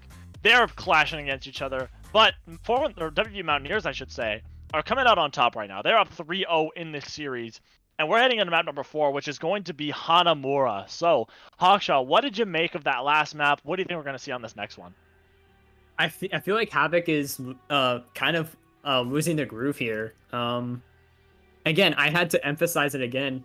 They looked so good on Ilios, but then they just sort of looked boomed on that third map especially. So this is sort of their time to really compose themselves and get a mental reset here, and try and get the attempt at this reverse sweep here. It could be absolutely massive for them if they manage to get this map here, because this is match point here for the Mountaineers. If they take it, if they take this map, they take home their second consecutive championship title in the 4-on-3 CS. And Havoc, they're trying to stop that. Yeah, I mean, whenever you're taking a look at the WVU Mountaineers, like you know that they're seasoned. You can tell that they have each other's backs. They're going in to these fights well knowing what they're capable of and what they're not capable of, and that's to really be feared and admired as well. I think that Havoc is a little bit shaky on just the team play aspect right now, and I think that the one thing that they can do is try to channel the power of like 100 scrims within this one match. Just get that focus, get that energy in order to believe in your team. It's like, I do believe in fairies. Well, I do believe in teamwork. Like it's got to be that sort of commitment to each other at that point in time. And yes, Havoc has gone through a couple roster changes. One example being Pinchy, aka Autumn, coming in to them late into the season, but he can perform well on his own. He just needs to be supported, and the rest of the roster just needs to trust each other and play well together. Yeah, I have to agree with that. I mean, 4-on-3 Havoc, they need the mental reset here. To them, it's got to be 0-0 from here. I will point out there are a couple subs, I should say, coming in for the side of 4-on-3 Havoc. Big Juice is coming out of the lineup. Catgirl Emily will be coming in as well. We are going to see Bang coming out of the lineup, and we have Croissant, the man, the myth, the legend, coming in to fill his shoes. So Croissant, of course, really dominant on map number 1 on Ilios, and now coming back in. So we're going to see what he can do. We're going to see if Croissant can be the savior that this team needs right now. Yeah, and this is their chance to do it here. I'm gonna go into a short pause here, but yeah, again, this is their chance to do it. Looking at the compositions here, we're seeing something interesting on the side of the Mountaineers. The Ashe with the Symmetra here. Two very different play styles here, but it could work seeing just how this map is designed here. Looks like 4-on-3 Havoc, they're looking to go for a teleport strat. Sorry. Yeah, teleport strat with the brawl. I'm not sure where they're gonna be teleporting to. You can either opt to go to the point. You could go for one of the high grounds. It's really up in the air as to what Havoc wants to do. But whatever they choose, they need to commit to it and execute it properly here. Yeah, Yes. the Symmetra TP strat on Hanamura, I mean, of course, is signature. The reason that the Symmetra has come out in this particular 2CP map is because it's just such a straight shot to so many different angles. Getting through the initial choke is just such a rough and grueling process. It just takes so much time. So being able to circumvent that is absolutely crucial. And then, of course, in the enclosed area of the first point, Croissant will be able to do some serious work with that short range beam getting charged up, as well as the turrets, just making it really difficult for the Mountaineers to maneuver around the point. I think the key to victory will be Croissant's play. Now, don't get me wrong. I think that Pinchy, aka Autumn, will be extremely instrumental in dealing damage, but Croissant and his TP placement, his turret placement, and then as well as just his general tracking ability today is going to be absolutely instrumental. Yeah, I can't help but agree there. Croissant, we've seen Croissant on the Symmetra a lot, actually. Definitely this Team Symmetra player, and we've really seen him really rake on that character at some points in time. So, might be the key to victory here, and might give 4-3 Havoc that added urgency that they need, that burst of life. But as I say that, the teleporter strat's going to come out, but WVU, they were just ready for it. They had a teleporter setup of their own. Saw that teleporter come out from 4-3 Havoc, and they just took their own teleporter back to the point, and were able to clean up that fight. So fight number 1 is going to go the way of WVU. 4-3 Havoc, back to the drawing board. You know what? That's a smart strat from the Mountaineers. It really is. How'd I never think of something like that, man? Just set up your own TP, like buy the choke, and if they TP, just teleport back to the point. Yeah, I mean, that's a very creative strat. I mean, we have seen it before, I do believe, and now they're just going to take the teleporter to the high ground up there, and now they're going to drop in from this right side. But look behind, it's Wilson. He can put in all this crossfire damage, and it looks like Dacus wants to try to challenge him, but the Shatter's out. Jump Penny gets caught by it. Immortality Field from Kakarot Emily is enough to keep him up and alive, and Axis falls. That's a fantastic pick. That is so much Symmetra damage. That's just gone right now, and Croissant can now just start raking up the damage on the point as Croissant finds Ringo. However, Kakarot Emily is down. Brave Monk finds him, but Croissant is putting the peaks in as Jump Penny finds the Brave Monk as well. And now 4-3 Havoc, they can clean this point up. And it looks like, yeah, if there's no recontest, that's going to be 4-3 Havoc taking point number 1. Yeah, a very back and forth fight once again. Like you said, that immortality field from Emily helped keep Jump up throughout that. And the Nano Ryan, the Nano onto the Brave Monk didn't really get the value that they wanted it to. They really wanted to turn it around, because I feel like with that Nano Rhino, it was still winnable, but unfortunately it just didn't work out for the Mountaineers here. But now they're teleporting to the point here, looks like, and now they have the Simwall up and running. That Simwall's out, but look at the crossfire from Axis. He's going to try to put all this damage in, and Kakarot Emily falls to KO9. That's a big pick. Immortality Field will fall as well. And now Axis in a lot of trouble, will fall, and the beats up from Dacus. So 4-3, they still want to fight this one, and look at the Shatter! SS Boatname falls, Croissant falls to Wilson, Jump Penny down as well, the Brave Monk, that was an absolutely fantastic Shatter. And that's going to be WVU Mountaineers. They're going to successfully defend the second point for the first fight. Yeah, a great Shatter, and a great Bob as well by Wilson. And the Sound Barrier from Genofran. Really great ultimate usage once again from the side of the Mountaineers. We've been seeing it so much, especially throughout this match. And tank ults on the side of 4-3 Havoc are ready here. Pinchy's going to move off the Tracer and over to the McCree, but look at how behind he is from the rest of his team. Yeah, he's going to have to get in there shortly. They're just going to wait for him. So, SS Boatname does have that Graviton Surge. Jump Penny as well with the Shatter. The only ultimate to speak of for the side of WVU is that Self-Destruct from KO9. So, now pushing up these stairs is going to be Havoc. They're all Sonicked by Axis, so their positions are very widely known. Immortality Field is out early, and Croissant falls, grabs out from SS Boatname, but Jump Penny falls off the edge of the platform there. And the picture is going the way of WVU. They're cleaning up, Jump Penny down. SS Boatname, the only one left on the objective, will also fall. So 3 minutes, 30 seconds left for 4-3 Havoc, and they used that Graviton Surge, which is a big ult.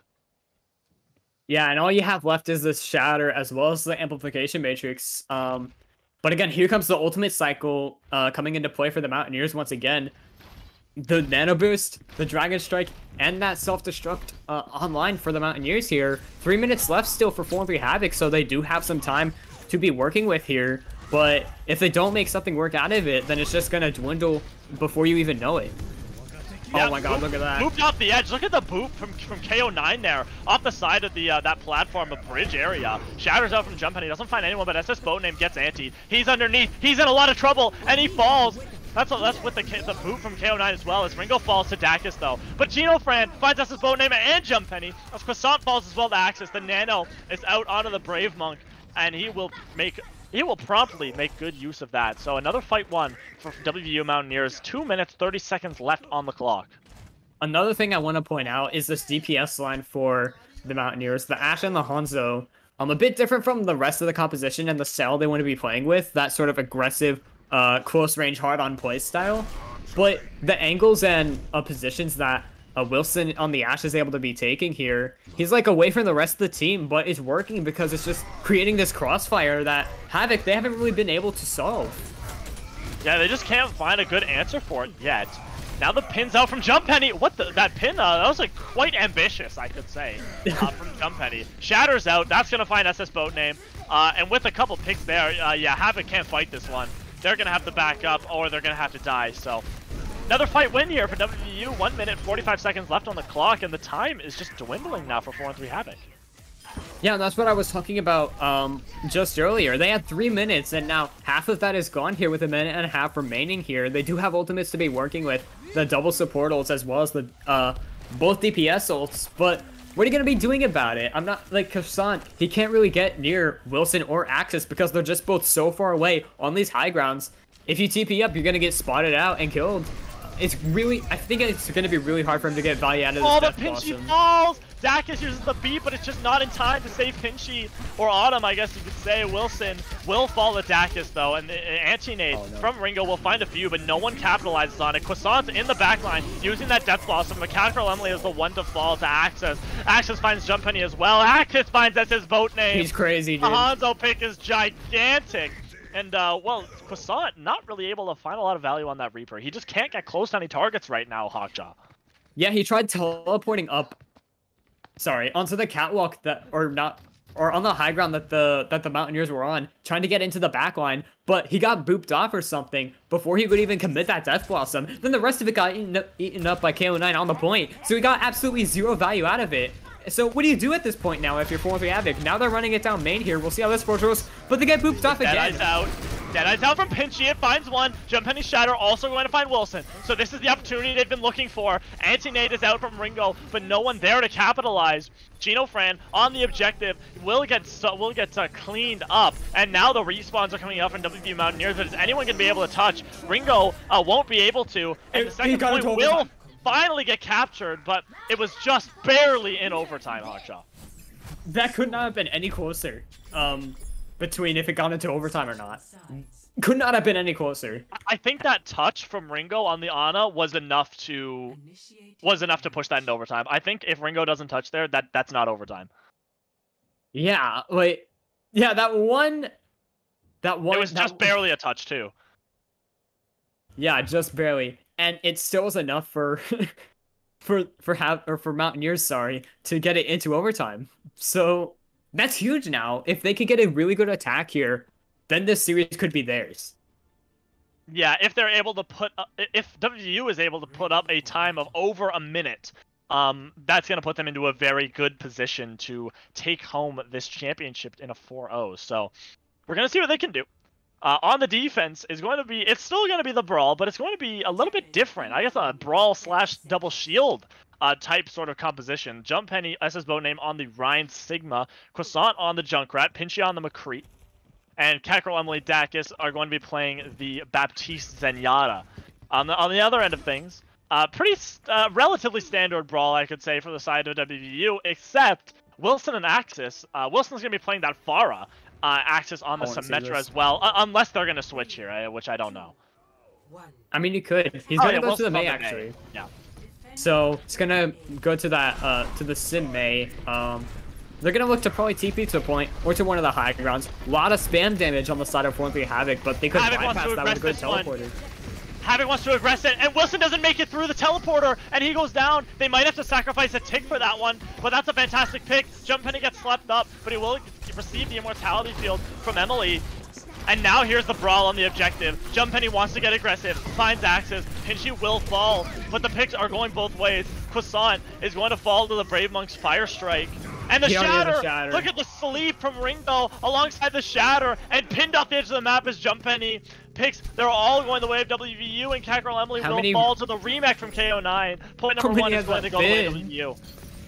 How many remake kills has that been for KO9 this match alone? It feels like it's been like at least 3 or 4, maybe 5. It's crazy. And now 6 minutes left for the Mountaineers to cap the second point. They get it with any sort of time here, or anywhere above a minute, then it's unlosable for them. This map is literally going to be unlosable for them if they get into that scenario. Now Croissant's going to move over to the Doomfist. We'll see what he can make work out of this. Wilson moved over to the legs to Oh, look try at and the get... aggression! Oh my The aggression is god. fantastic. Into the backline is Croissant, but it gets slipped up! That's a fantastic sleep. Ringo, that's absolutely gigantic on a Croissant. And now that's the opening that they need. Deadeye's out from Pinchy, but Dacus will fall. He was close to the Bionade. end. And Bionade from Ringo too. They're cleaning it up. This could be it. They're claiming the objective right now. 5 minutes, 20 seconds on the clock, and now it's just stalls for Havoc. Croissant will fall. 2 ticks acquired. The self-destruct is on the objective. Dacus will fall. Pinchy as well. And now, Jump Penny on the ball, the only one left. Cackerel Emily will come back on the Moira. And now, the objective will get captured. 5 minutes on the clock for WVU Mountaineers. There is not a better scenario you could draw up for these guys right now. They're up 3-0 in the series, and now they've got map number 4 in the palm of their hands, Hawkshaw. One tick, and they take it. They can't even lose. They can't lose this map anymore. This is huge for the Mountaineers here. 5 minutes and 4 seconds for one tick. One tick on point Yeah. A, and they win. Oh boy, yeah, this is looking pretty grim if you're 413 Havoc. I think most people would agree with me on that one. 5 minutes on the board, and considering how fast that last attack was, WVU Mountaineers, they want to repeat that one. One tick is all that stands between WVU Mountaineers and their back-to-back championships, alongside a crucial win in the Brave Monks' final game with this squad. The storylines are just so perfect for this squad to succeed, and well, they've got it. They've got it in the palm of their hands right now, Hawkshaw. This map is unlosable for them. It's like the absolutely perfect movie arc here for the Mountaineers, going down to Havoc in week 1, meeting them again in the finals, and doing this on Brave Monks' final game. This is like what more can you ask for with a storyline like that? You really can't. The only thing I could have asked for is to maybe have this game be a little bit closer, because of course Havoc has some storylines of their own, but they might be put to bed right now. Teleporter's out, and everyone's gonna make it through. Everyone gets low, and Gino Friend falls to Emily though. That's a big pick. Someone's gotta touch the objective, and they will. So Baringo falls as well, so that's no supports for WVU. Axis falls, Brave Monk falls. And yeah, now that's all the picks going the way of 4-3 Havoc. The first offense is now gone. 30 seconds burned off the clock, and they're going to have to do that several more times if they want to draw this one out. Yeah, they'll need to do that quite a few more times if they want to get that done. Axis off the Symmetra now onto the far. Gino Fran gonna pocket him with that Mercy. Wilson on the Widow here, so looking for a lot of that long-range damage here. Lots of high damage from Axis, very consistent. Whereas Wilson, one pick and this game could be over. Yeah, one pick from that Widowmaker pick, or the Pharah pick, as you could say. One pick from those two could be the end of this match. Pinchy in a little bit of trouble there on the junk grab, won't fall though.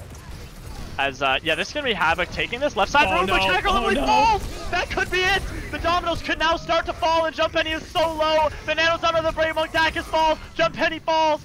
KO9 will fall to SS Boatname, but is it going to be enough? They're cleaning up. Wilson falls to Pinchy, so this is a possible opening, but Boatname will go down to Axis. The tick is starting to be accrued here, and Pinchy, as a last-ditch attempt, will get on the point. The capture percentage is going up. WVU Mountaineers, they won it in a 4-0. 4-1-3 championship series is theirs.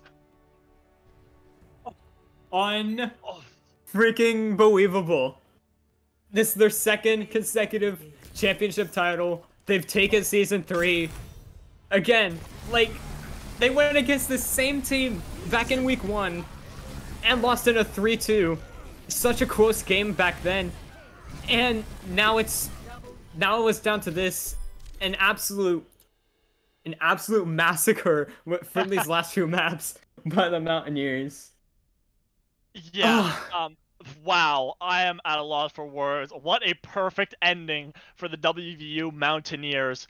Of course, the Brave Monk has been this team's like leader. He's been the captain of this squad he said in the pregame interview, he's been on this squad for 5 years at this point. And to be able to cap off his time with this squad with back-to-back victories in the 4-1-3 championship series, I mean, what a perfect storybook ending for the Brave Monk and the rest of WVU Mountaineers here. I'm sure they are so ecstatic to have won this game today. Yeah. And There, yeah, go ahead. there is nothing more impressive than the way that the Mountaineers has stayed so consistent through this entire tournament. Like they have definitely earned their spot. They have earned this gold medal. I mean, they've stuck with what works for them, their comfortability, their ability to adapt as well as the tournament was went on, and with every opponent that they faced, they played their game and they just came up on top. There are so many good things going on for them right now, and that has happened throughout this entire series, this entire tournament. Um, I can't believe to express like my respect for every single player on that roster.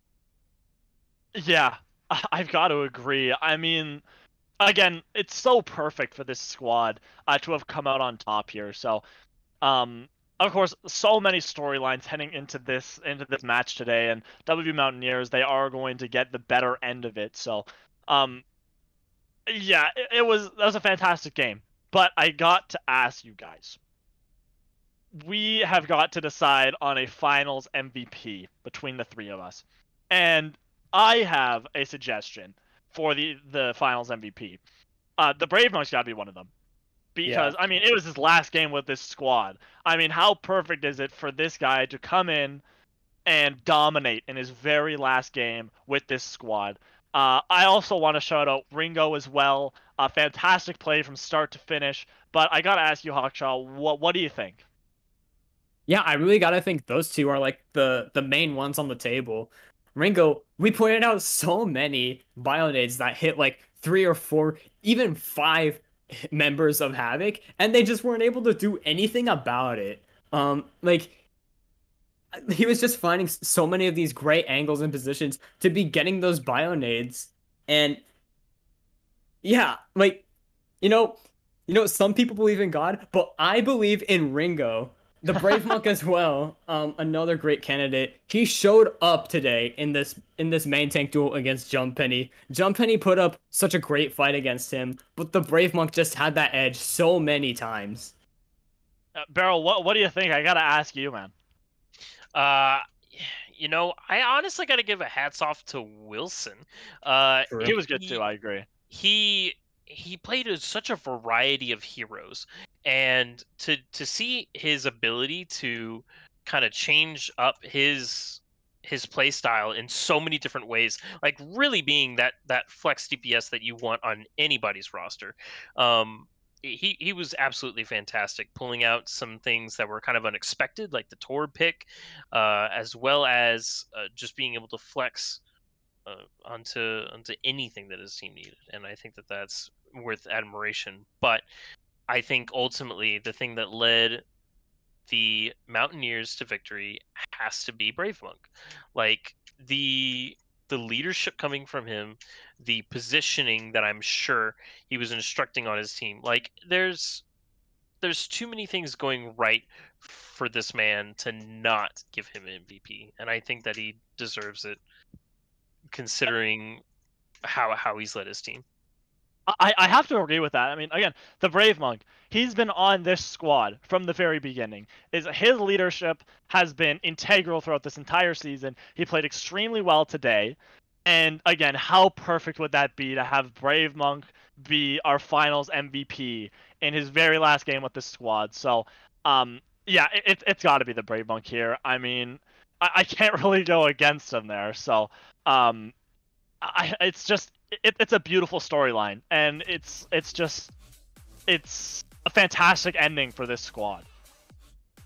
Absolutely. So yeah, that being said, I think we can get the Brave Monk in here. Again, we did have Brave Monk in here actually earlier at the beginning of our stream for the pre-match interview, but I do believe we are going to be able to get him in here very shortly, which we have him right here, the Brave Monk once again. Of course, we did have you for our pregame interview, but we have decided that you deserve our finals MVP. Thank And I first off, I've got to say congratulations on the win today. I mean, you guys have won the 413 Championship Series. How does that feel? you. I'm feeling great. I I cannot even describe it. I don't know. I don't believe what's happening right now. Thank you. I'm Especially, sure. I'm yeah. sure. Yeah, especially it is back-to-back championships Yeah. now as well. Like you guys won last season, of course. I can attest to that. I lost to you guys. I know how good you guys are. It was So, a good game. well, yeah, it was a good game. I do agree. But this one as well, not as close. You guys still played extremely, extremely well. So my first question to ask for you is: so you've been on this squad for, you said earlier, 5 years now. That's a Yeah. long time. So how has your leadership on this team, really shaped them? Like, how important has your leadership been to this squad? I think early on my leadership was more highlighted, I would say. But as we all got closer together, everybody took initiative. Everybody was responsible. Like everyone, like it wasn't just me. For the most of the last year, I was pretty much just a manager. I was the one organizing scrims and tournaments and times and stuff. But like game-wise and spirit-wise, it was everyone, and I really appreciate it from my friends. Yeah, I'm very happy to hear that. A very humble individual over here in the Brave Monk. But I've got to ask as well. Yeah. How does it feel? So after week number 1, of course, Havoc took you guys down in a thrilling 5-map series. How does it feel to beat them now in the finals of this tournament? Well, to be honest, I thought it would be way closer, but it feels awesome. Yeah, no. Sorry. No, you can continue. No, I just wanted to say, like, it feels like I just went Super Saiyan tonight, and everyone else did too. Like, I don't know. I guess I got zoned into the game. Yeah, well, that's what it looked like from our perspective. You guys looked like you were zoned in, right down to every single detail. And next up, I gotta say, Finals MVP. Of course, you played fantastically today. Definitely one of the, even if today was not your last game with this squad, you would still be one of the front runners for this Finals MVP. And I gotta say, what a perfect storybook ending for this squad. I gotta ask, like, what are your kind of like plans for after this squad? Are you like going to well, obviously I think you're already going to school because of course WVU. Yeah. But what are your plans for after your tenure with this team? So I'm definitely gonna focus on my grad school a lot because I need to crunch graduation in a year. Gonna focus on school. Gonna play some WoW Classic. Gonna play some CS:GO. Gonna play Overwatch 2 when it comes out. Hopefully it's gonna be good. But you might see me sometime playing for WVU because I will be their sub. And sometime if they don't have 6, they'll invite me. So I'm not completely done, but for the most part, yes.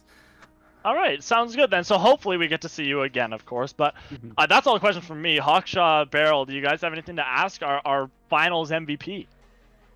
So what do you think? What do you think is So I know like you're kind of like gonna be sort of leading. You didn't say entirely, but what do you think is gonna be next for the rest of this Mountaineers squad going into this off season? I mean, we got 6 good players right now with me leaving because we had 7 before. Oh, wait, no. We actually have 7 players with me leaving. Obviously, they will need to find a main tank, and I'm hoping that in the fall, when a bunch of new students come into school, we'll do like what's it called? Sorry. Tryouts? The tryouts, yeah. We'll do tryouts and find a good main tank, or somebody else will switch to that role, and I think they got it. Nice, absolutely. And I really think whoever comes in will be able to fill those shoes very well. And again, you're an absolutely great leader for this Mountaineers squad, and it's a huge part of this team. Beryl, do you have any questions for Brave Monk? Yeah, so to any aspiring main tanks out there and to any managers out there, just what were your keys to success throughout this entire tournament? Like, how did you go from point A to point B? And what would you say is just how what's your keys to your magic, man? I mean, just like keep it cool. I don't know. Just I think the most important part is respect everyone. respect your teammates, respect your opponents, respect everyone else, the casters, the admins. I think that goes a long way. And communication is important as well. Any problem can be solved with some good communication. And I think probably those 2 points. Words to live by, my man. And to all of the teams that you have gone up against in this tournament, don't have to call anyone out by name, but just in a general announcement to all of the people that you have played against, what do you have to say? I want to say thank you to all the teams, all the captains, all the players for being great matchups, for all those great moments, unforgettable plays, happy victories, sad losses, all that. I just want to say thank you and just keep grinding. Thank you, sir. And that's all I have for you, my man. GG's and congratulations. Thank you. One thing I wanted to say at the end before Certainly. leaving. Go for it. It's a quote. Everybody wanted to know what we would have done if we didn't win. I guess we'll never know. Yes. Yes, yes.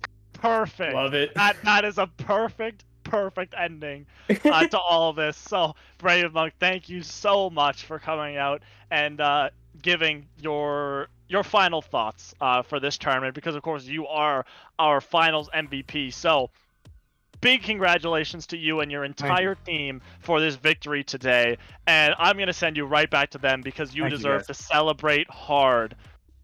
Thank you so much. I hope season 4 goes even better than this. You guys are an amazing org, and I hope you only prosper.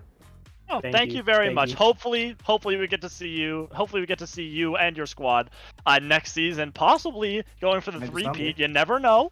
But yeah, hopefully we get to see that one day. But for now, I will send you back to your squad. So thank you very much, Brave Monk. Thank you. I'll see you guys later. All right, and with that being said, that concludes our game for today. That is the finals. WVU Mountaineers taking home the gold.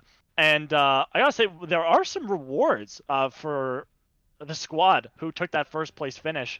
Of course, our second place squad as well, able to receive some prizes as well. If I'm not mistaken, I think the first place prize is you can choose to either receive $100, or I think there's some coaching available. I think there's some previous Overwatch League caliber coaching to be offered. And for that second place team as well for Havoc, I think it's a flat $60 or some previous contenders coaching. So, of course, those two squads will be receiving some prizes. I do believe for that bronze medal, 413 Catalyst will also be receiving some prizes over there as well. Not sure exactly what the third place prizes are, but hopefully there's some goodies in there, Hawkshaw. Yeah. Yeah, I don't exactly remember what they were. But either way, it's gonna be good. And yeah, I'm kind of speechless right now. Yeah, speechless is definitely a word I would use to describe how I'm feeling right now, because fantastic game, a perfect storybook ending. And, well, before we leave, Beryl, do you have any closing thoughts for today? Absolutely. I mean, I want to thank, just like the Brave Monk did, all of the players, all of the captains, and 413 for hosting this entire tournament, giving a lot of newer players the opportunity to really get their hands dirty with what it's like to be into a huge competitive environment, keeping this game live and well, and ultimately hands off to production, hands off to my fellow casters, to Rad behind the scenes. Just wonderful game, wonderful casting, and just GG's to everybody. Yeah, I gotta reciprocate that thought, Beryl. Just a big thank you to everyone who watched this entire tournament from start to finish. You guys definitely the lifeblood of our org here. So again, thank you to all my fellow casters, everyone behind the scenes, including Rad, Jake, Scythe, Dorothy, everyone behind the scenes over there that you don't get to see as often doing the casting. So yeah, big thank you to everyone for making this tournament the success that it has been. So Hawkshot, do you have any closing remarks? Yeah, I want to say again, like, thank you to pretty much just all 4-on-3 as a whole, like you guys said, and as well as everyone who has really supported what we've been able to do. It just keeps us wanting to do even more with these tournaments and with this org as a whole. And it's really meant a lot. So that's really what I have to say. All right, fantastic. And with all of our closing remarks being said, this has been the 413 Championship Series. I am Octave. I've been joined today by Hawkshot and Down the Barrel. And everyone, we will see you guys next time, which will probably be hopefully 413 CS Season 4. I don't know the plans for that yet, but hopefully we get to see all these teams go at it once again. So with that being said, thank you, everyone, and we will see you guys next time.